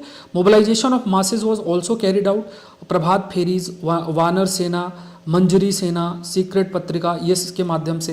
अब इसका कई सारा इम्पैक्ट हुआ, इम्पैक्ट आपसे नहीं कोई पूछेगा। फिर मास पार्टिसिपेशन में देखो, वुमेन का पार्टिसिपेशन था, स्टूडेंट का पार्टिसिपेशन था, मुस्लिम्स का पार्टिसिपेशन उतना अधिक नहीं था जितना नॉन कोऑपरेशन मूवमेंट के उसमें था, इस according to the content that is written. कुछ एरियाज था वहाँ पे उनका जो पार्टिसिपेशन था वो देखने को आपका मिला है। मर्चेंट्स और पेटी ट्रेडर्स थे, वो भी काफ़ी एंथुजियास्टिक थे, उन्होंने भी कई लेवल पे जो है पार्टिसिपेशन किया। जुलाई 1930 के अंदर अगर देखा जाए, यहाँ पे जुलाई 1930 जो वॉइसराय है उन्होंने एक राउंड टेबल कॉन्फ्रेंस की बात किया। यहाँ पे ये भी याद रखना कि जो गवर्नमेंट है, गवर्नमेंट ने जैसे ये आपका साइमन कमीशन आया और उसमें डोमिनियन स्टेटस भी मेंशन आपका नहीं था, और जो भी डिमांड रखी गई तो उसको किसी भी डिमांड को माना नहीं गया था। फिर काफ़ी टेंशन भी शुरू हुई। फिर इसमें जो बातचीत भी रखी गई तो तेज बहादुर सप्रू और एम.एच. जायकर, उन्हें पॉसिबिलिटी की कांग्रेस और सरकार के बीच में कोई पॉसिबिलिटी बन सकती है क्या, तो उसमें जो बातचीत है वो आपकी शुरू की गई। बातचीत की जो है एक रास्ता ओपन किया गया। फिर मोतीलाल और जो जवाहरलाल नेहरू है उनको यारावट जेल लेकर गया गया। अब देखो, फर्स्ट राउंड जो टेबल कॉन्फ्रेंस हुई, राउंड टेबल कॉन्फ्रेंस हुई, इसमें फर्स्ट एवर जो कॉन्फ्रेंस अरेंज किया गया ब्रिटिश और इंडियंस के बीच में।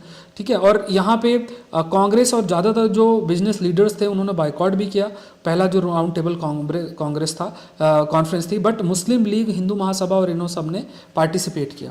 गांधी इरविन पैक्ट आया जनवरी 25, 1931 के अंदर, इसे दिल्ली पैक्ट भी कहा गया। अब इसमें कई सारी चीज़ें जो है वो हाईलाइट की गई थी, क्योंकि कहा गया कि अगर आप इनको नहीं मानोगे तो फिर वी विल बी फोर्स्ड कि हम जो है हम स्टार्ट कर दें जो मूवमेंट सिविल डिसोबीडियंस का। तो यहाँ पे जो पॉलिटिकल प्रिजनर्स है जो कन्विक्टेड ऑफ वायलेंस नहीं है उनको रिलीज करना, remission of all fines not yet collected, return of all lands not yet sold to third parties, lenient treatment to those government servants who had resigned, right to make salt in coastal villages for personal consumption। ठीक है, right to make salts in coastal villages for personal consumption, ये भी आपका किया गया कि salt बनाने का उनको राइट प्रोवाइड करना। Right to peaceful and non aggressive picketing and जो इमरजेंसी ऑर्डिनेंस है उसका विड्रॉ करना, ये सारी चीज़ें हैं। गांधी जी जो हैं उसमें और भी कुछ जो है behalf of the Congress agree किया, on behalf of the Congress agreed कि जो सिविल डिसोबीडियंस मूवमेंट है उसको सस्पेंड कर देंगे और नेक्स्ट राउंड टेबल में पार्टिसिपेट करेंगे। वॉइसरॉय जो है कुछ डिमांडें थी जिनको नहीं माना गया, बिल्कुल भी नहीं माना गया। तो यहाँ पे पहली तो पब्लिक इंक्वायरी लेकर आना, जो आपका पुलिस एक्सेस है उसके जो पब्लिक इंक्वायरी है उस पर कहा गया कि हम उस पर एग्री नहीं करेंगे। और जो भगत सिंह थे उनके लिए कहा गया था कि उन्हें फांसी की सज़ा दी जा रही है तो उसको चेंज किया जाए, तो उस पर भी जो है एग्री नहीं हुआ गया। फिर नेक्स्ट देखते हैं, नेक्स्ट जो पार्ट आता है वो कराची कांग्रेस सेशन 1931 में। तो मार्च 1931 के अंदर स्पेशल सेशन लेकर आ गया कांग्रेस का, जो कि कराची के अंदर हुआ था, और उसमें फिर जो भी ये गांधी इरविन पैक्ट है उनके प्रोविजंस को इम्प्लीमेंट करने की बात आपकी की गई है। अब इसमें जब मूवमेंट हुआ तो उसमें जो पंजाब नौजवान भारत सभा के लोग थे उन्होंने काफ़ी डेमोस्ट्रेशन भी हुआ। और इसमें जो ये कराची सेशन है इसमें कई सारी बातें आई। पहले तो दिल्ली जो पैक्ट है, गांधी इरविन पैक्ट है, उसको एंडोर्स किया गया। जो पूर्ण स्वराज का गोल है उसको हाईलाइट किया गया। 2 रिजोल्यूशंस अडॉप्ट किए गए, एक तो फंडामेंटल राइट्स पे, दूसरा नेशनल इकोनॉमिक प्रोग्राम के अंदर है। इसमें जैसे बहुत सारी चीज़ें, फ्रीडम ऑफ स्पीच और ये सब बातें आपकी हाईलाइट की गई, बट ये पॉइंट्स ही पे प्रश्न आपसे पूछे गए हैं तो यही थोड़ा सा ध्यान में रखना। फिर इन्होंने नेशनल इकोनॉमिक प्रोग्राम भी सामने रखा गया, और पहली बार जो फर्स्ट टाइम, यहाँ पे ये लाइन अगर आप देखोगे तो first time Congress spelt out what Swaraj would mean for the masses के लिए स्वराज का मतलब क्या होगा, इस चीज़ को हाईलाइट किया गया। And in order to end the exploitation of masses, political freedom must include economic freedom of the starving people, इस चीज़ को सामने आपका रखा गया। फिर आपका सेकेंड राउंड टेबल की कॉन्फ्रेंस चली, तो यहाँ पे चर्चिल था। चर्चिल ने कहा कि हम ऐसे उनके साथ एक साथ ऐसा नहीं बैठ सकते, और जो गांधी जी गए तो उनको जो सम्मान मिलना चाहिए था उसमें भी काफ़ी कमी थी, तो ये भी एक फैक्ट था। फिर सेशन सून गेट गॉट डेड लॉक्ड एक माइनॉरिटी क्वेश्चन पे। सेपरेट जो इलेक्टोरेट है वो डिमांड किया जा रहा था मुस्लिम्स, डिप्रेस्ड क्लास और क्रिश्चियन और एंग्लो इंडियंस के द्वारा, और वो माइनॉरिटी पैक्ट का डिमांड आपका जो है कंटिन्यूस बेसिस में कर रहे थे। और यहाँ पे मैकडोनल्ड ने अनाउंस किया 2 मुस्लिम majority provinces, north west frontier province और सिंध को, और इंडियन कंसल्टेटिव कमेटी का गठन करना, 3 एक्सपर्ट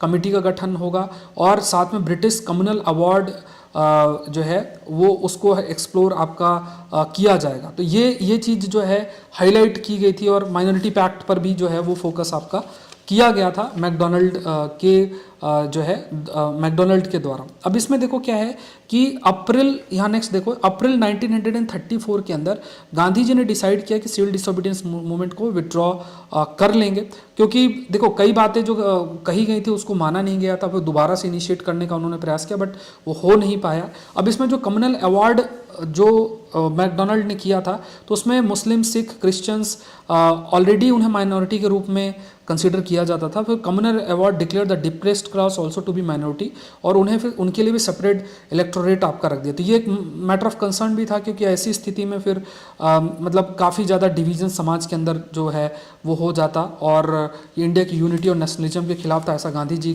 जो थे उनका भी ये कहना था कि भारत की यूनिटी के खिलाफ भी ये पूरे तरीके से होता। तो बहुत सारे जो लीडर्स हैं उन्होंने फिर फास्ट भी रखा, फिर बहुत सारे जो आपके लीडर्स हैं वेरियस है ना, तो उन्होंने बी आर अम्बेडकर जैसे MC राजा, मदन मोहन मालवीय, उन्होंने साथ में, और पूना पैक्ट, फिर इसका आपका पूना पैक्ट के माध्यम से। तो पूना पैक्ट में देखो क्या रखा गया कि जो बी आर अम्बेडकर हैं उन्होंने डिप्रेस्ड क्लास जो है उनके बातों को सामने रखा सितंबर 1932 में, और ये जो पैक्ट है इसके तहत सेपरेट इलेक्टोरेट जो सेपरेट डिप्रेस्ड क्लास है उनके लिए ख़त्म किया गया।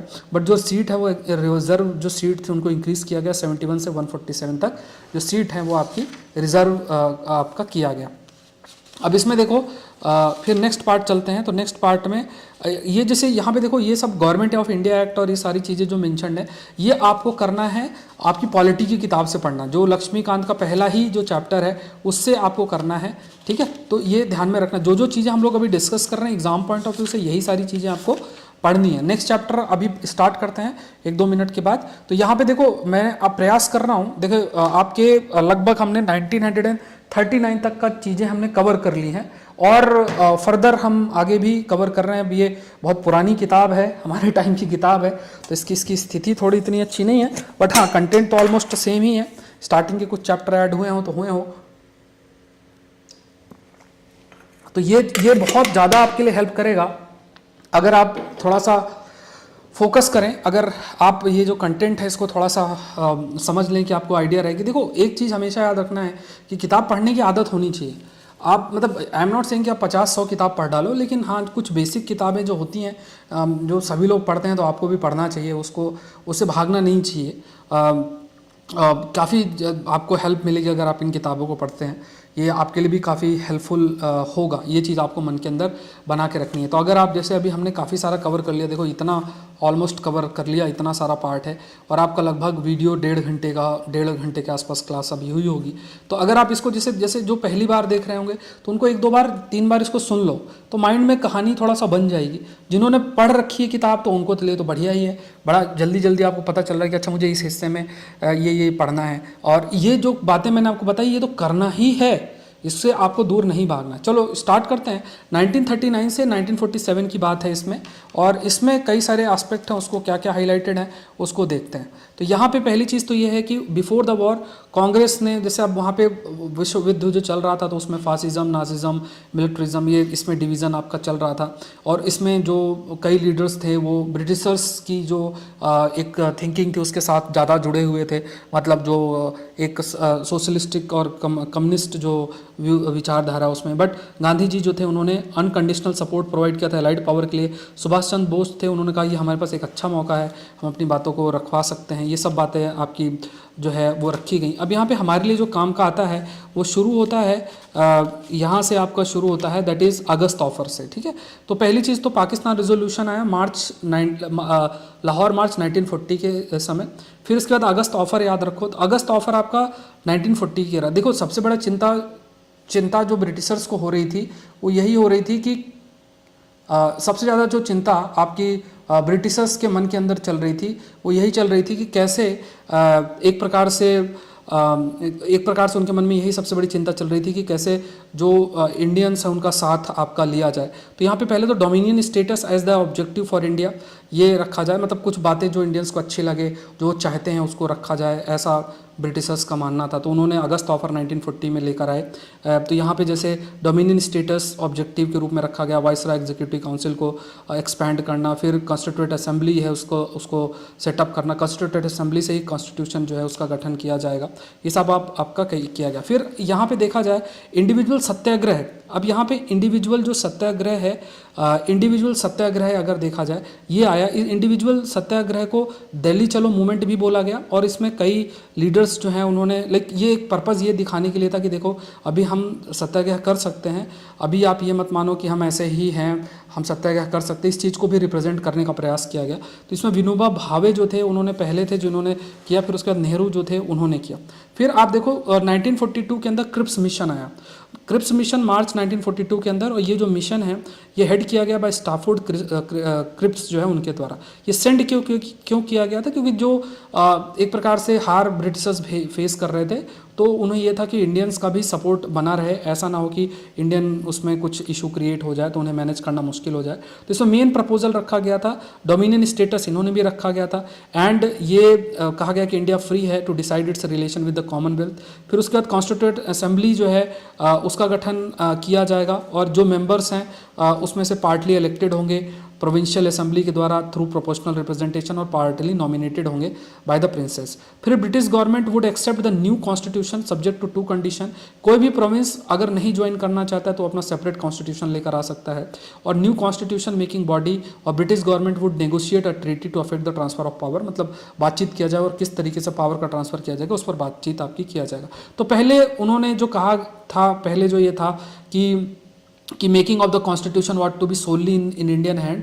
अब इसमें इन्होंने कुछ चेंजेस किए थे। अब इसमें पहले तो सोलली था, अब इसमें मेनली इन इंडियन हैंड्स रख दिया। उसमें ब्रिटिश गवर्नमेंट अपने लोग को भी ऐड करना स्टार्ट कर दिया। तो इससे फिर कई चीज़ें, जैसे अब इसमें कहा गया कि जो नहीं चाह रहे हैं वो अपना खुद का कॉन्स्टिट्यूशन लेकर आ सकते हैं। तो ये कहा गया कि ये एक प्रकार से भारत में डिवीज़न लाने का सबसे स्टार्टिंग पॉइंट आ गया था। फिर नेहरू और मौलाना आज़ाद थे, वो ऑफिशियल नेगोशिएटर थे कांग्रेस की, जो भी क्रिप्स मिशन के बाद आपकी चर्चाएं हो रही थी।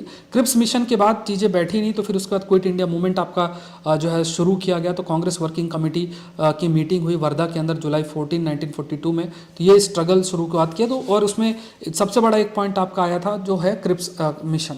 फिर ऑल इंडिया कांग्रेस कमेटी की मीटिंग ग्वालियर टैंक बॉम्बे के अंदर हुई अगस्त 8, 1942 के अंदर, और क्विट इंडिया रेजोल्यूशन रेटिफाई किया गया। और यहाँ पे ब्रिटिश रूल को तुरंत एंड करना, फ्री इंडिया की तरफ फोकस करना, प्रोविंशियल गवर्नमेंट फॉर्म करना, और गांधी जी हैं इनको नेम रखा गया। और इसमें जो कुछ अनाउंसमेंट जो गांधी जी ने किया था कि गवर्नमेंट सर्वेंट जो थे they do not resign but declare your allegiance to the Congress. Soldiers को बोला गया do not leave the army but do not fire on, अपने जो लोग हैं उन पे फायर मत करो, और लीव स्टडीज़ अगर आपको लगता है। पीसेंट्स को बोला गया था इफ जमींदार अगर एंटी गवर्नमेंट और टैक्स मत पे करो। प्रिंसेस को बोला गया था मासेस को सपोर्ट करो। प्रिंसली स्टेट के लोगों को कहा गया कि अगर आपका राजा जो है रूलर है वो ब्रिटिशर्स के साथ में है तो उसको फिर सहायता मत करो। और गांधी जी जो है उन्होंने डू और डाई का आपका मैसेज भी दिया था। तो यहाँ पे कई सारे लीडर्स हैं, उन्होंने रोल भी प्ले किया। इसमें अगर आप देखो तो कई लीडर्स हैं यहाँ पे, राम मनोहर लोहिया, जयप्रकाश नारायण, अरुणा असफ अली, उषा मेहता, बीजू पटनायक। इसमें उषा मेहता जो है, ये शर्मा लिखा, मेहता जो है उन्होंने अंडरग्राउंड रेडियो भी चलाया था। फिर पैरेलल गवर्नमेंट का भी इसमें फॉर्मेशन हुआ था। Parallel governments were established at many places. Ballia in August 1942 में पैरेलल गवर्नमेंट चित्तू पांडे जो है उनके द्वारा किया गया था। He got many Congress leader released. Tamluk की बात करें तो वहाँ भी Midnapore from December 1942 to September 1944 which undertook cyclone relief work आपका किया था। सतारा के अंदर देखा जाए तो प्रति सरकार का गठन आपका किया गया था। इसमें वाई.बी. चावन और नाना पाटिल और ऐसे लीडर्स भी आपके थे। यूथ ने पार्टिसिपेट किया, वुमेन ने पार्टिसिपेट किया, जिसमें अरुणा असफ अली आप नाम याद रखो, स्वच्छता कृपणाली, उषा मेहता इनका नाम याद रखो। वर्कर्स, पीसेंट्स ने भी पार्टिसिपेट आपका किया है, याद रखना। मुस्लिम्स जो है उन्होंने कई लोगों को शेल्टर्स भी आपके जो है वो प्रोवाइड किया। फिर देखो 1943 के अंदर एक बहुत बड़ा फैमिन की स्थिति आई थी, आप कह रहे हो सूखा बहुत बड़ा पड़ा था। एंड इसमें जो रीजंस थे कि जो फूड स्टफ था वो आर्मी को डाइवर्ट किया जाता था, वो विश्व युद्ध भी चल रहा था, और जो राइस इंपोर्ट किया जा रहा था बर्मा और साउथ ईस्ट एशिया से उसको भी स्टॉप कर दिया गया। तो जो भी इस ये जो फैमिन हुई थी तो बहुत लोग मरे थे, लगभग 3 मिलियन के आसपास लोगों की डेथ हुई थी। फिर एक जो टेंशन चल रहा था उसमें राजा गोपालाचारी जो फार्मूला सामने रखा, सी राजा गोपाली जो वेटरन कांग्रेस लीडर्स उन्होंने अपने सामने फार्मूला रखा कि लीग और कांग्रेस किस तरीके से साथ में आ सकते हैं। तो पहला ये कहा गया कि जो मुस्लिम लीग है और वो सपोर्ट करे कांग्रेस डिमांड को इंडिपेंडेंस के लिए, और league to cooperate with Congress in forming a provincial government at the centre. और वॉर जब खत्म हो जाए तो पूरी population of Muslim majority area north west and north east India वो डिसाइड कर सकती है प्लेबिसाइड के बेसिस पे कि किसको सेपरेट मतलब क्या सेपरेट सोवरेन स्टेट बनना है कि नहीं आपका बनना है। फिर जिन्ना है उसने इसको ऑब्जेक्ट भी किया है, और इवन जो वीर सावरकर है उन्होंने भी जो सीआर प्लान को आपका रिजेक्ट किया। फिर आपका देसाई लियाकत पैक्ट की बात की गई, तो ये एफर्ट किया गया। इन्होंने कहा कि इक्वल नंबर ऑफ मतलब जो इंटरिम गवर्नमेंट के फॉर्मेशन के बारे में इन्होंने प्लान रखा, और equal number of persons nominate किए गए कांग्रेस के द्वारा, लीग के द्वारा in central legislature. 20% reserve seat minorities के लिए रखी गई। इंटरिम गवर्नमेंट का ये फॉर्मुलेशन आपका रखा गया। इसके बाद आपका वेबल प्लान आया बिकॉज लॉर्ड वेबल आ गए अब, है ना, ये आपके आगे। तो ये इन्होंने भी कई सारे जो गवर्नर मतलब आइडिया किया गया कि जो गवर्नर जनरल एग्जीक्यूटिव काउंसिल है, जैसे ये वेबल प्लान आपका आया कब, आपका मई 1945 के अंदर आया। और ये प्लान है, इसने भी फोकस किया गवर्नर जनरल एग्जीक्यूटिव जो काउंसिल है उसमें मतलब council pending the preparation of a new constitution. इसके लिए क्या है, एक कॉन्फ्रेंस भी रखी गई शिमला के अंदर, लॉर्ड वेबल ने रखी जून 1945 के अंदर। अब इसमें कुछ प्रपोजल्स भी रखे गए कि यहाँ पे exceptions of governor general and commander in chief जितने भी मेंबर्स होंगे एग्जीक्यूटिव काउंसिल के इंडियंस होंगे, हिंदूज और मुस्लिम्स जो हैं उनके इक्वल रिप्रेजेंटेशंस होंगे, reconstruction council was to function as an interim government within the framework. ये सब पॉइंट्स आपके रखे गए। अब इसमें देखो दोनों ने ही अपोज किए। फिर इसके बाद नेक्स्ट आइडिया आ जाता है आपका इंडियन आर्मी के द्वारा। तो आइडिया ऑफ जो इंडियन आर्मी है वो पहली बार आपका मलाया के अंदर मोहन सिंह के द्वारा सामने रखा गया। देखो बहुत सारे इंडियंस जो थे वो ब्रिटिशर्स की तरफ से लड़ रहे थे, तो वहाँ भी बहुत सारी चीज़ें उन्हें फेस करनी पड़ी। इसी वजह से फिर ये आइडिया भी आया कि इंडियन नेशनल आर्मी का जो है, जैसे मान लो कहीं पकड़े गए तो वहाँ पे जैसे जापान से ही आके अपनी आर्मी का फॉर्मेशन करके, और जर्मनी जापान से वो फिर ब्रिटिशर्स के खिलाफ आपके लड़ें, ऐसा आपका रखा फोकस किया गया। अब इसमें यहाँ याद रखना है कि इन अक्टूबर, हाँ यहाँ पे सेकेंड फेज इसका जो देखा गया कि next phase began with the arrival of Subhash Chandra Bose in Singapore in July 1943. Earlier he had left the Congress after having developed differences with the Gandhi and had formed the forward bloc. इन्होंने, अब तो याद रखना फॉरवर्ड ब्लॉक का formation Subhash Chandra Bose जो है उन्होंने आपका किया था। On Indian National Congress battalion commanded by Shah Nawaz was allowed to accompany the Japanese army to Indo-Burma front and participate in Imphal campaign. तो यहाँ पे इस समय जब इम्फाल कैंपेन हुआ था जिसमें बहुत सारे जो आपको कह सकते हो जापानीज़ आर्मीज़ के साथ हम आ रहे थे साथ में, तो फिर ब्रिटिशर्स और यहाँ पे इम्फाल उसमें युद्ध भी हुआ था, तो उसको कमांड शाह नवाज़ जो है उन्होंने आपका किया था। ठीक है, अब इसमें कुछ नाम आपको याद रखना है कि जैसे मान लो भाई जब कई सारे जो हमारे सोल्जर्स थे इंडियन नेशनल आर्मी के, उनका ट्रायल भी चला, उसमें बहुत सारे जो लोग थे। अब इन्होंने सिंबॉलिक वे में प्रयास भी किया कि जैसे पहला ट्रायल रेड फोर्ट में दिल्ली में शुरू हुआ 1945 के अंदर, जिसमें हिंदू प्रेम कुमार सहगल, मुस्लिम शाह नवाज़ खान और सिख गुरबख्श सिंह ढिल्लन, इनके खिलाफ ट्रायल आपका चला।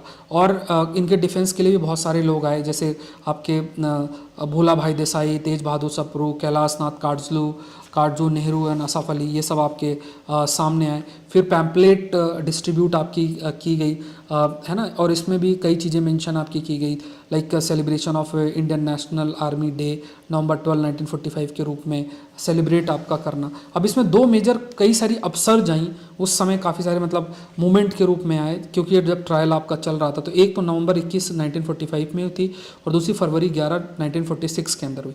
तो 45 के अंदर देखा जाए तो उसमें जिसमें कई सारे जो फॉरवर्ड ब्लॉक सिंपथाइजर्स थे, स्टूडेंट्स थे कई, तो वो साथ में खड़े रहे, प्रोटेस्ट आपका काफ़ी चला। फिर अपसर्ज 2 जो है उसमें आपके कई स्टूडेंट्स हिस्सा बने। फिर अपसर्ज 346 में आया, जो कि आपके जो नेवियल शिप है उस पर हुआ, जिसमें एक आपका HMIS तलवार थी।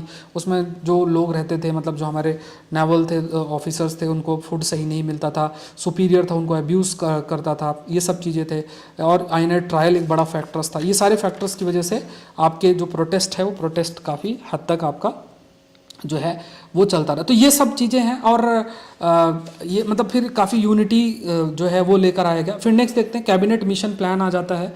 कैबिनेट मिशन प्लान के अंदर देखा जाए तो जो एटली गवर्नमेंट है उसने फरवरी 1946 डिसीजन की हाई पावर्ड मिशन सेंड किया जाएगा, जिसमें 3 ब्रिटिश कैबिनेट मेंबर्स होगी, Pethick Lawrence, secretary of state for India Stafford Cripps, और president of board of trade, and AV Alexander, ये सब आपके रहेंगे। एंड यहाँ पे ये था कि ब्रिटिशर्स का विड्रॉल इंडिया से ऑलमोस्ट ऑब्वियस सा लग रहा था। इसमें एक बड़ा रीज़न ये था कि बहुत सारे जैसे आर्मी नेवी से लोग प्रोटेस्ट भी करने लग रहे थे, और वॉर में भी इन्हें काफ़ी सारी चीज़ें जो है फेस करना पड़ रहा था। यूएस अब एक मेजर पावर आ रहा था, जो एक पावर है, सिनारियो है, वो बदल रहा था वर्ल्ड ऑर्डर में, तो ब्रिटिश का डोमिनेशन भी खत्म हो रहा था।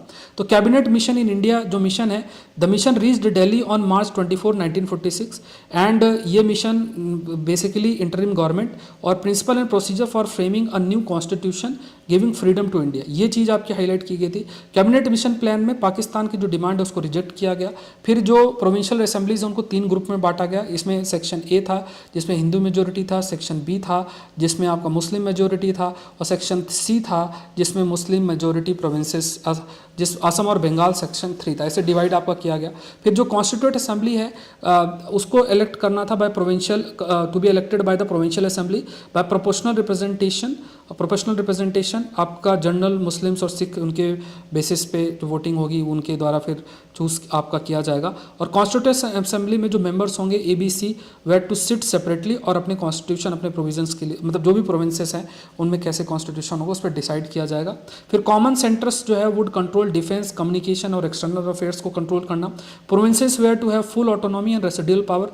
Princely states were no longer to be under paramountcy of British government. They would be free to enter into arrangement, मतलब जो प्रिंसली स्टेट्स हैं उन्हें मतलब दे वुड बी फ्री किसी भी अरेंजमेंट में सक्सेसर गवर्नमेंट या ब्रिटिश गवर्नमेंट के साथ किसके साथ प्रिंसली स्टेट जाना चाहते हैं। After the first general election a province was to be free to come out of the group after 10 years a province was to free to call for reconsideration of a group और the union constitution. और बीच में जब ये सब process आपका चलेगा उस बीच में इंटरिंग गवर्नमेंट का भी जो है वो चलेगा। फिर नेक्स्ट देखो इंटरमीडिएट गवर्नमेंट का फॉर्मेशन का प्रस्ताव चल रहा था। वेवेल ब्रेकडाउन प्लान आपका आया। अब इसमें वेवेल जो ब्रेकडाउन प्लान है तो ये प्लान है बेसिकली ये प्लान प्रेजेंट किया गया था। Wavell presented this plan in the cabinet mission in May 1946, जिसमें ये कहा गया कि मिडिल कोर्स की तरफ हम जाते हैं।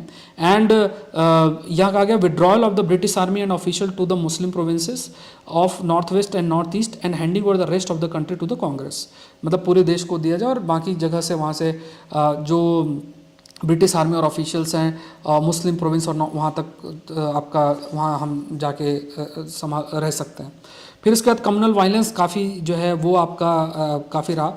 अब जब इंटरिम सरकार बनी तो लियाकत अली खान उसको फाइनेंस मिनिस्टर के रूप में आपका रखा। फिर आपका एटली स्टेटमेंट आया फरवरी 20, 1947 में, जिसमें जून 30, 1948 को डेडलाइन आपकी रखी गई जिसको कि इससे पहले इंडिपेंडेंस होगा। फिर माउंटबेटन वेवेल को रिप्लेस करेंगे। माउंटबेटन जो है गवर्नर जनरल बन के वायसरॉय के रूप में आएगा। ये सब आपका हाईलाइट किया गया। अब इसमें देखो माउंटबेटन जो प्लान है जून 3 प्लान भी से हम कहते हैं 1947 के अंदर आया।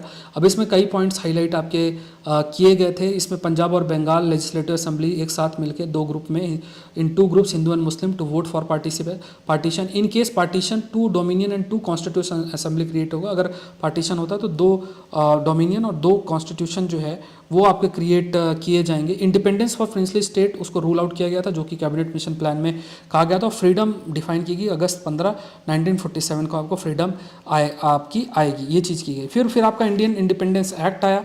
इंडियन इंडिपेंडेंस एक्ट 1947 के तहत फिर पूरा जो आपका ब्रिटिश डोमिनेशन उसको ख़त्म किया गया और जो इंडियन रिप्रेजेंटेटिव हैं उनको सामने रखा गया। ये सब आप पॉलिटी से पढ़ना, जो लक्ष्मीकांत की किताब है उससे आप पढ़ना, ठीक है।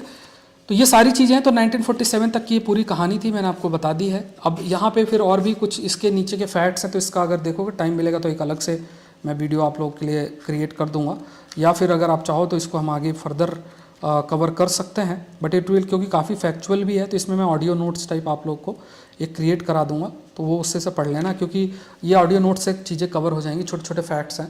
तो ये हमने काफ़ी सारी चीज़ें डिस्कस कर लिया। आई होप ये सेशन आप लोग के लिए हेल्पफुल रहा होगा। अगर आप सिविल सर्विस एग्जामिनेशन की तैयारी कर रहे हो और इस साल एग्ज़ाम दे रहे हो, तो पहली चीज़ तो आप सौरभ पांडे CSE ऐप जरूर से डाउनलोड करो। और 2024 है उसके लिए काफ़ी इंपॉर्टेंट कोर्सेस हैं, जैसे इंटरनेशनल रिलेशन मैंने कवर करा रहा हूँ, और एग्रीकल्चर GS के लिए 3 आपके वीडियोस ऑलरेडी अपलोडेड है। नंबर याद रखना, कोई क्वेरी है तो इस नंबर पे आप मुझे मैसेज कर सकते हो। और एग्रीकल्चर ऑप्शनल है, 2 साल का करंट अफेयर का वीडियोस हैं, सब कुछ आपको जो एक चाहिए ना, geography, environment, science and technology, international relation, agriculture, top content आपको अवेलेबल रहेगा सौरभ पांडे CSE ऐप के अंदर। तो आपको करना क्या है कि आप विजिट कर सकते हो सौरभ पांडे UPSC.com वेबसाइट पे।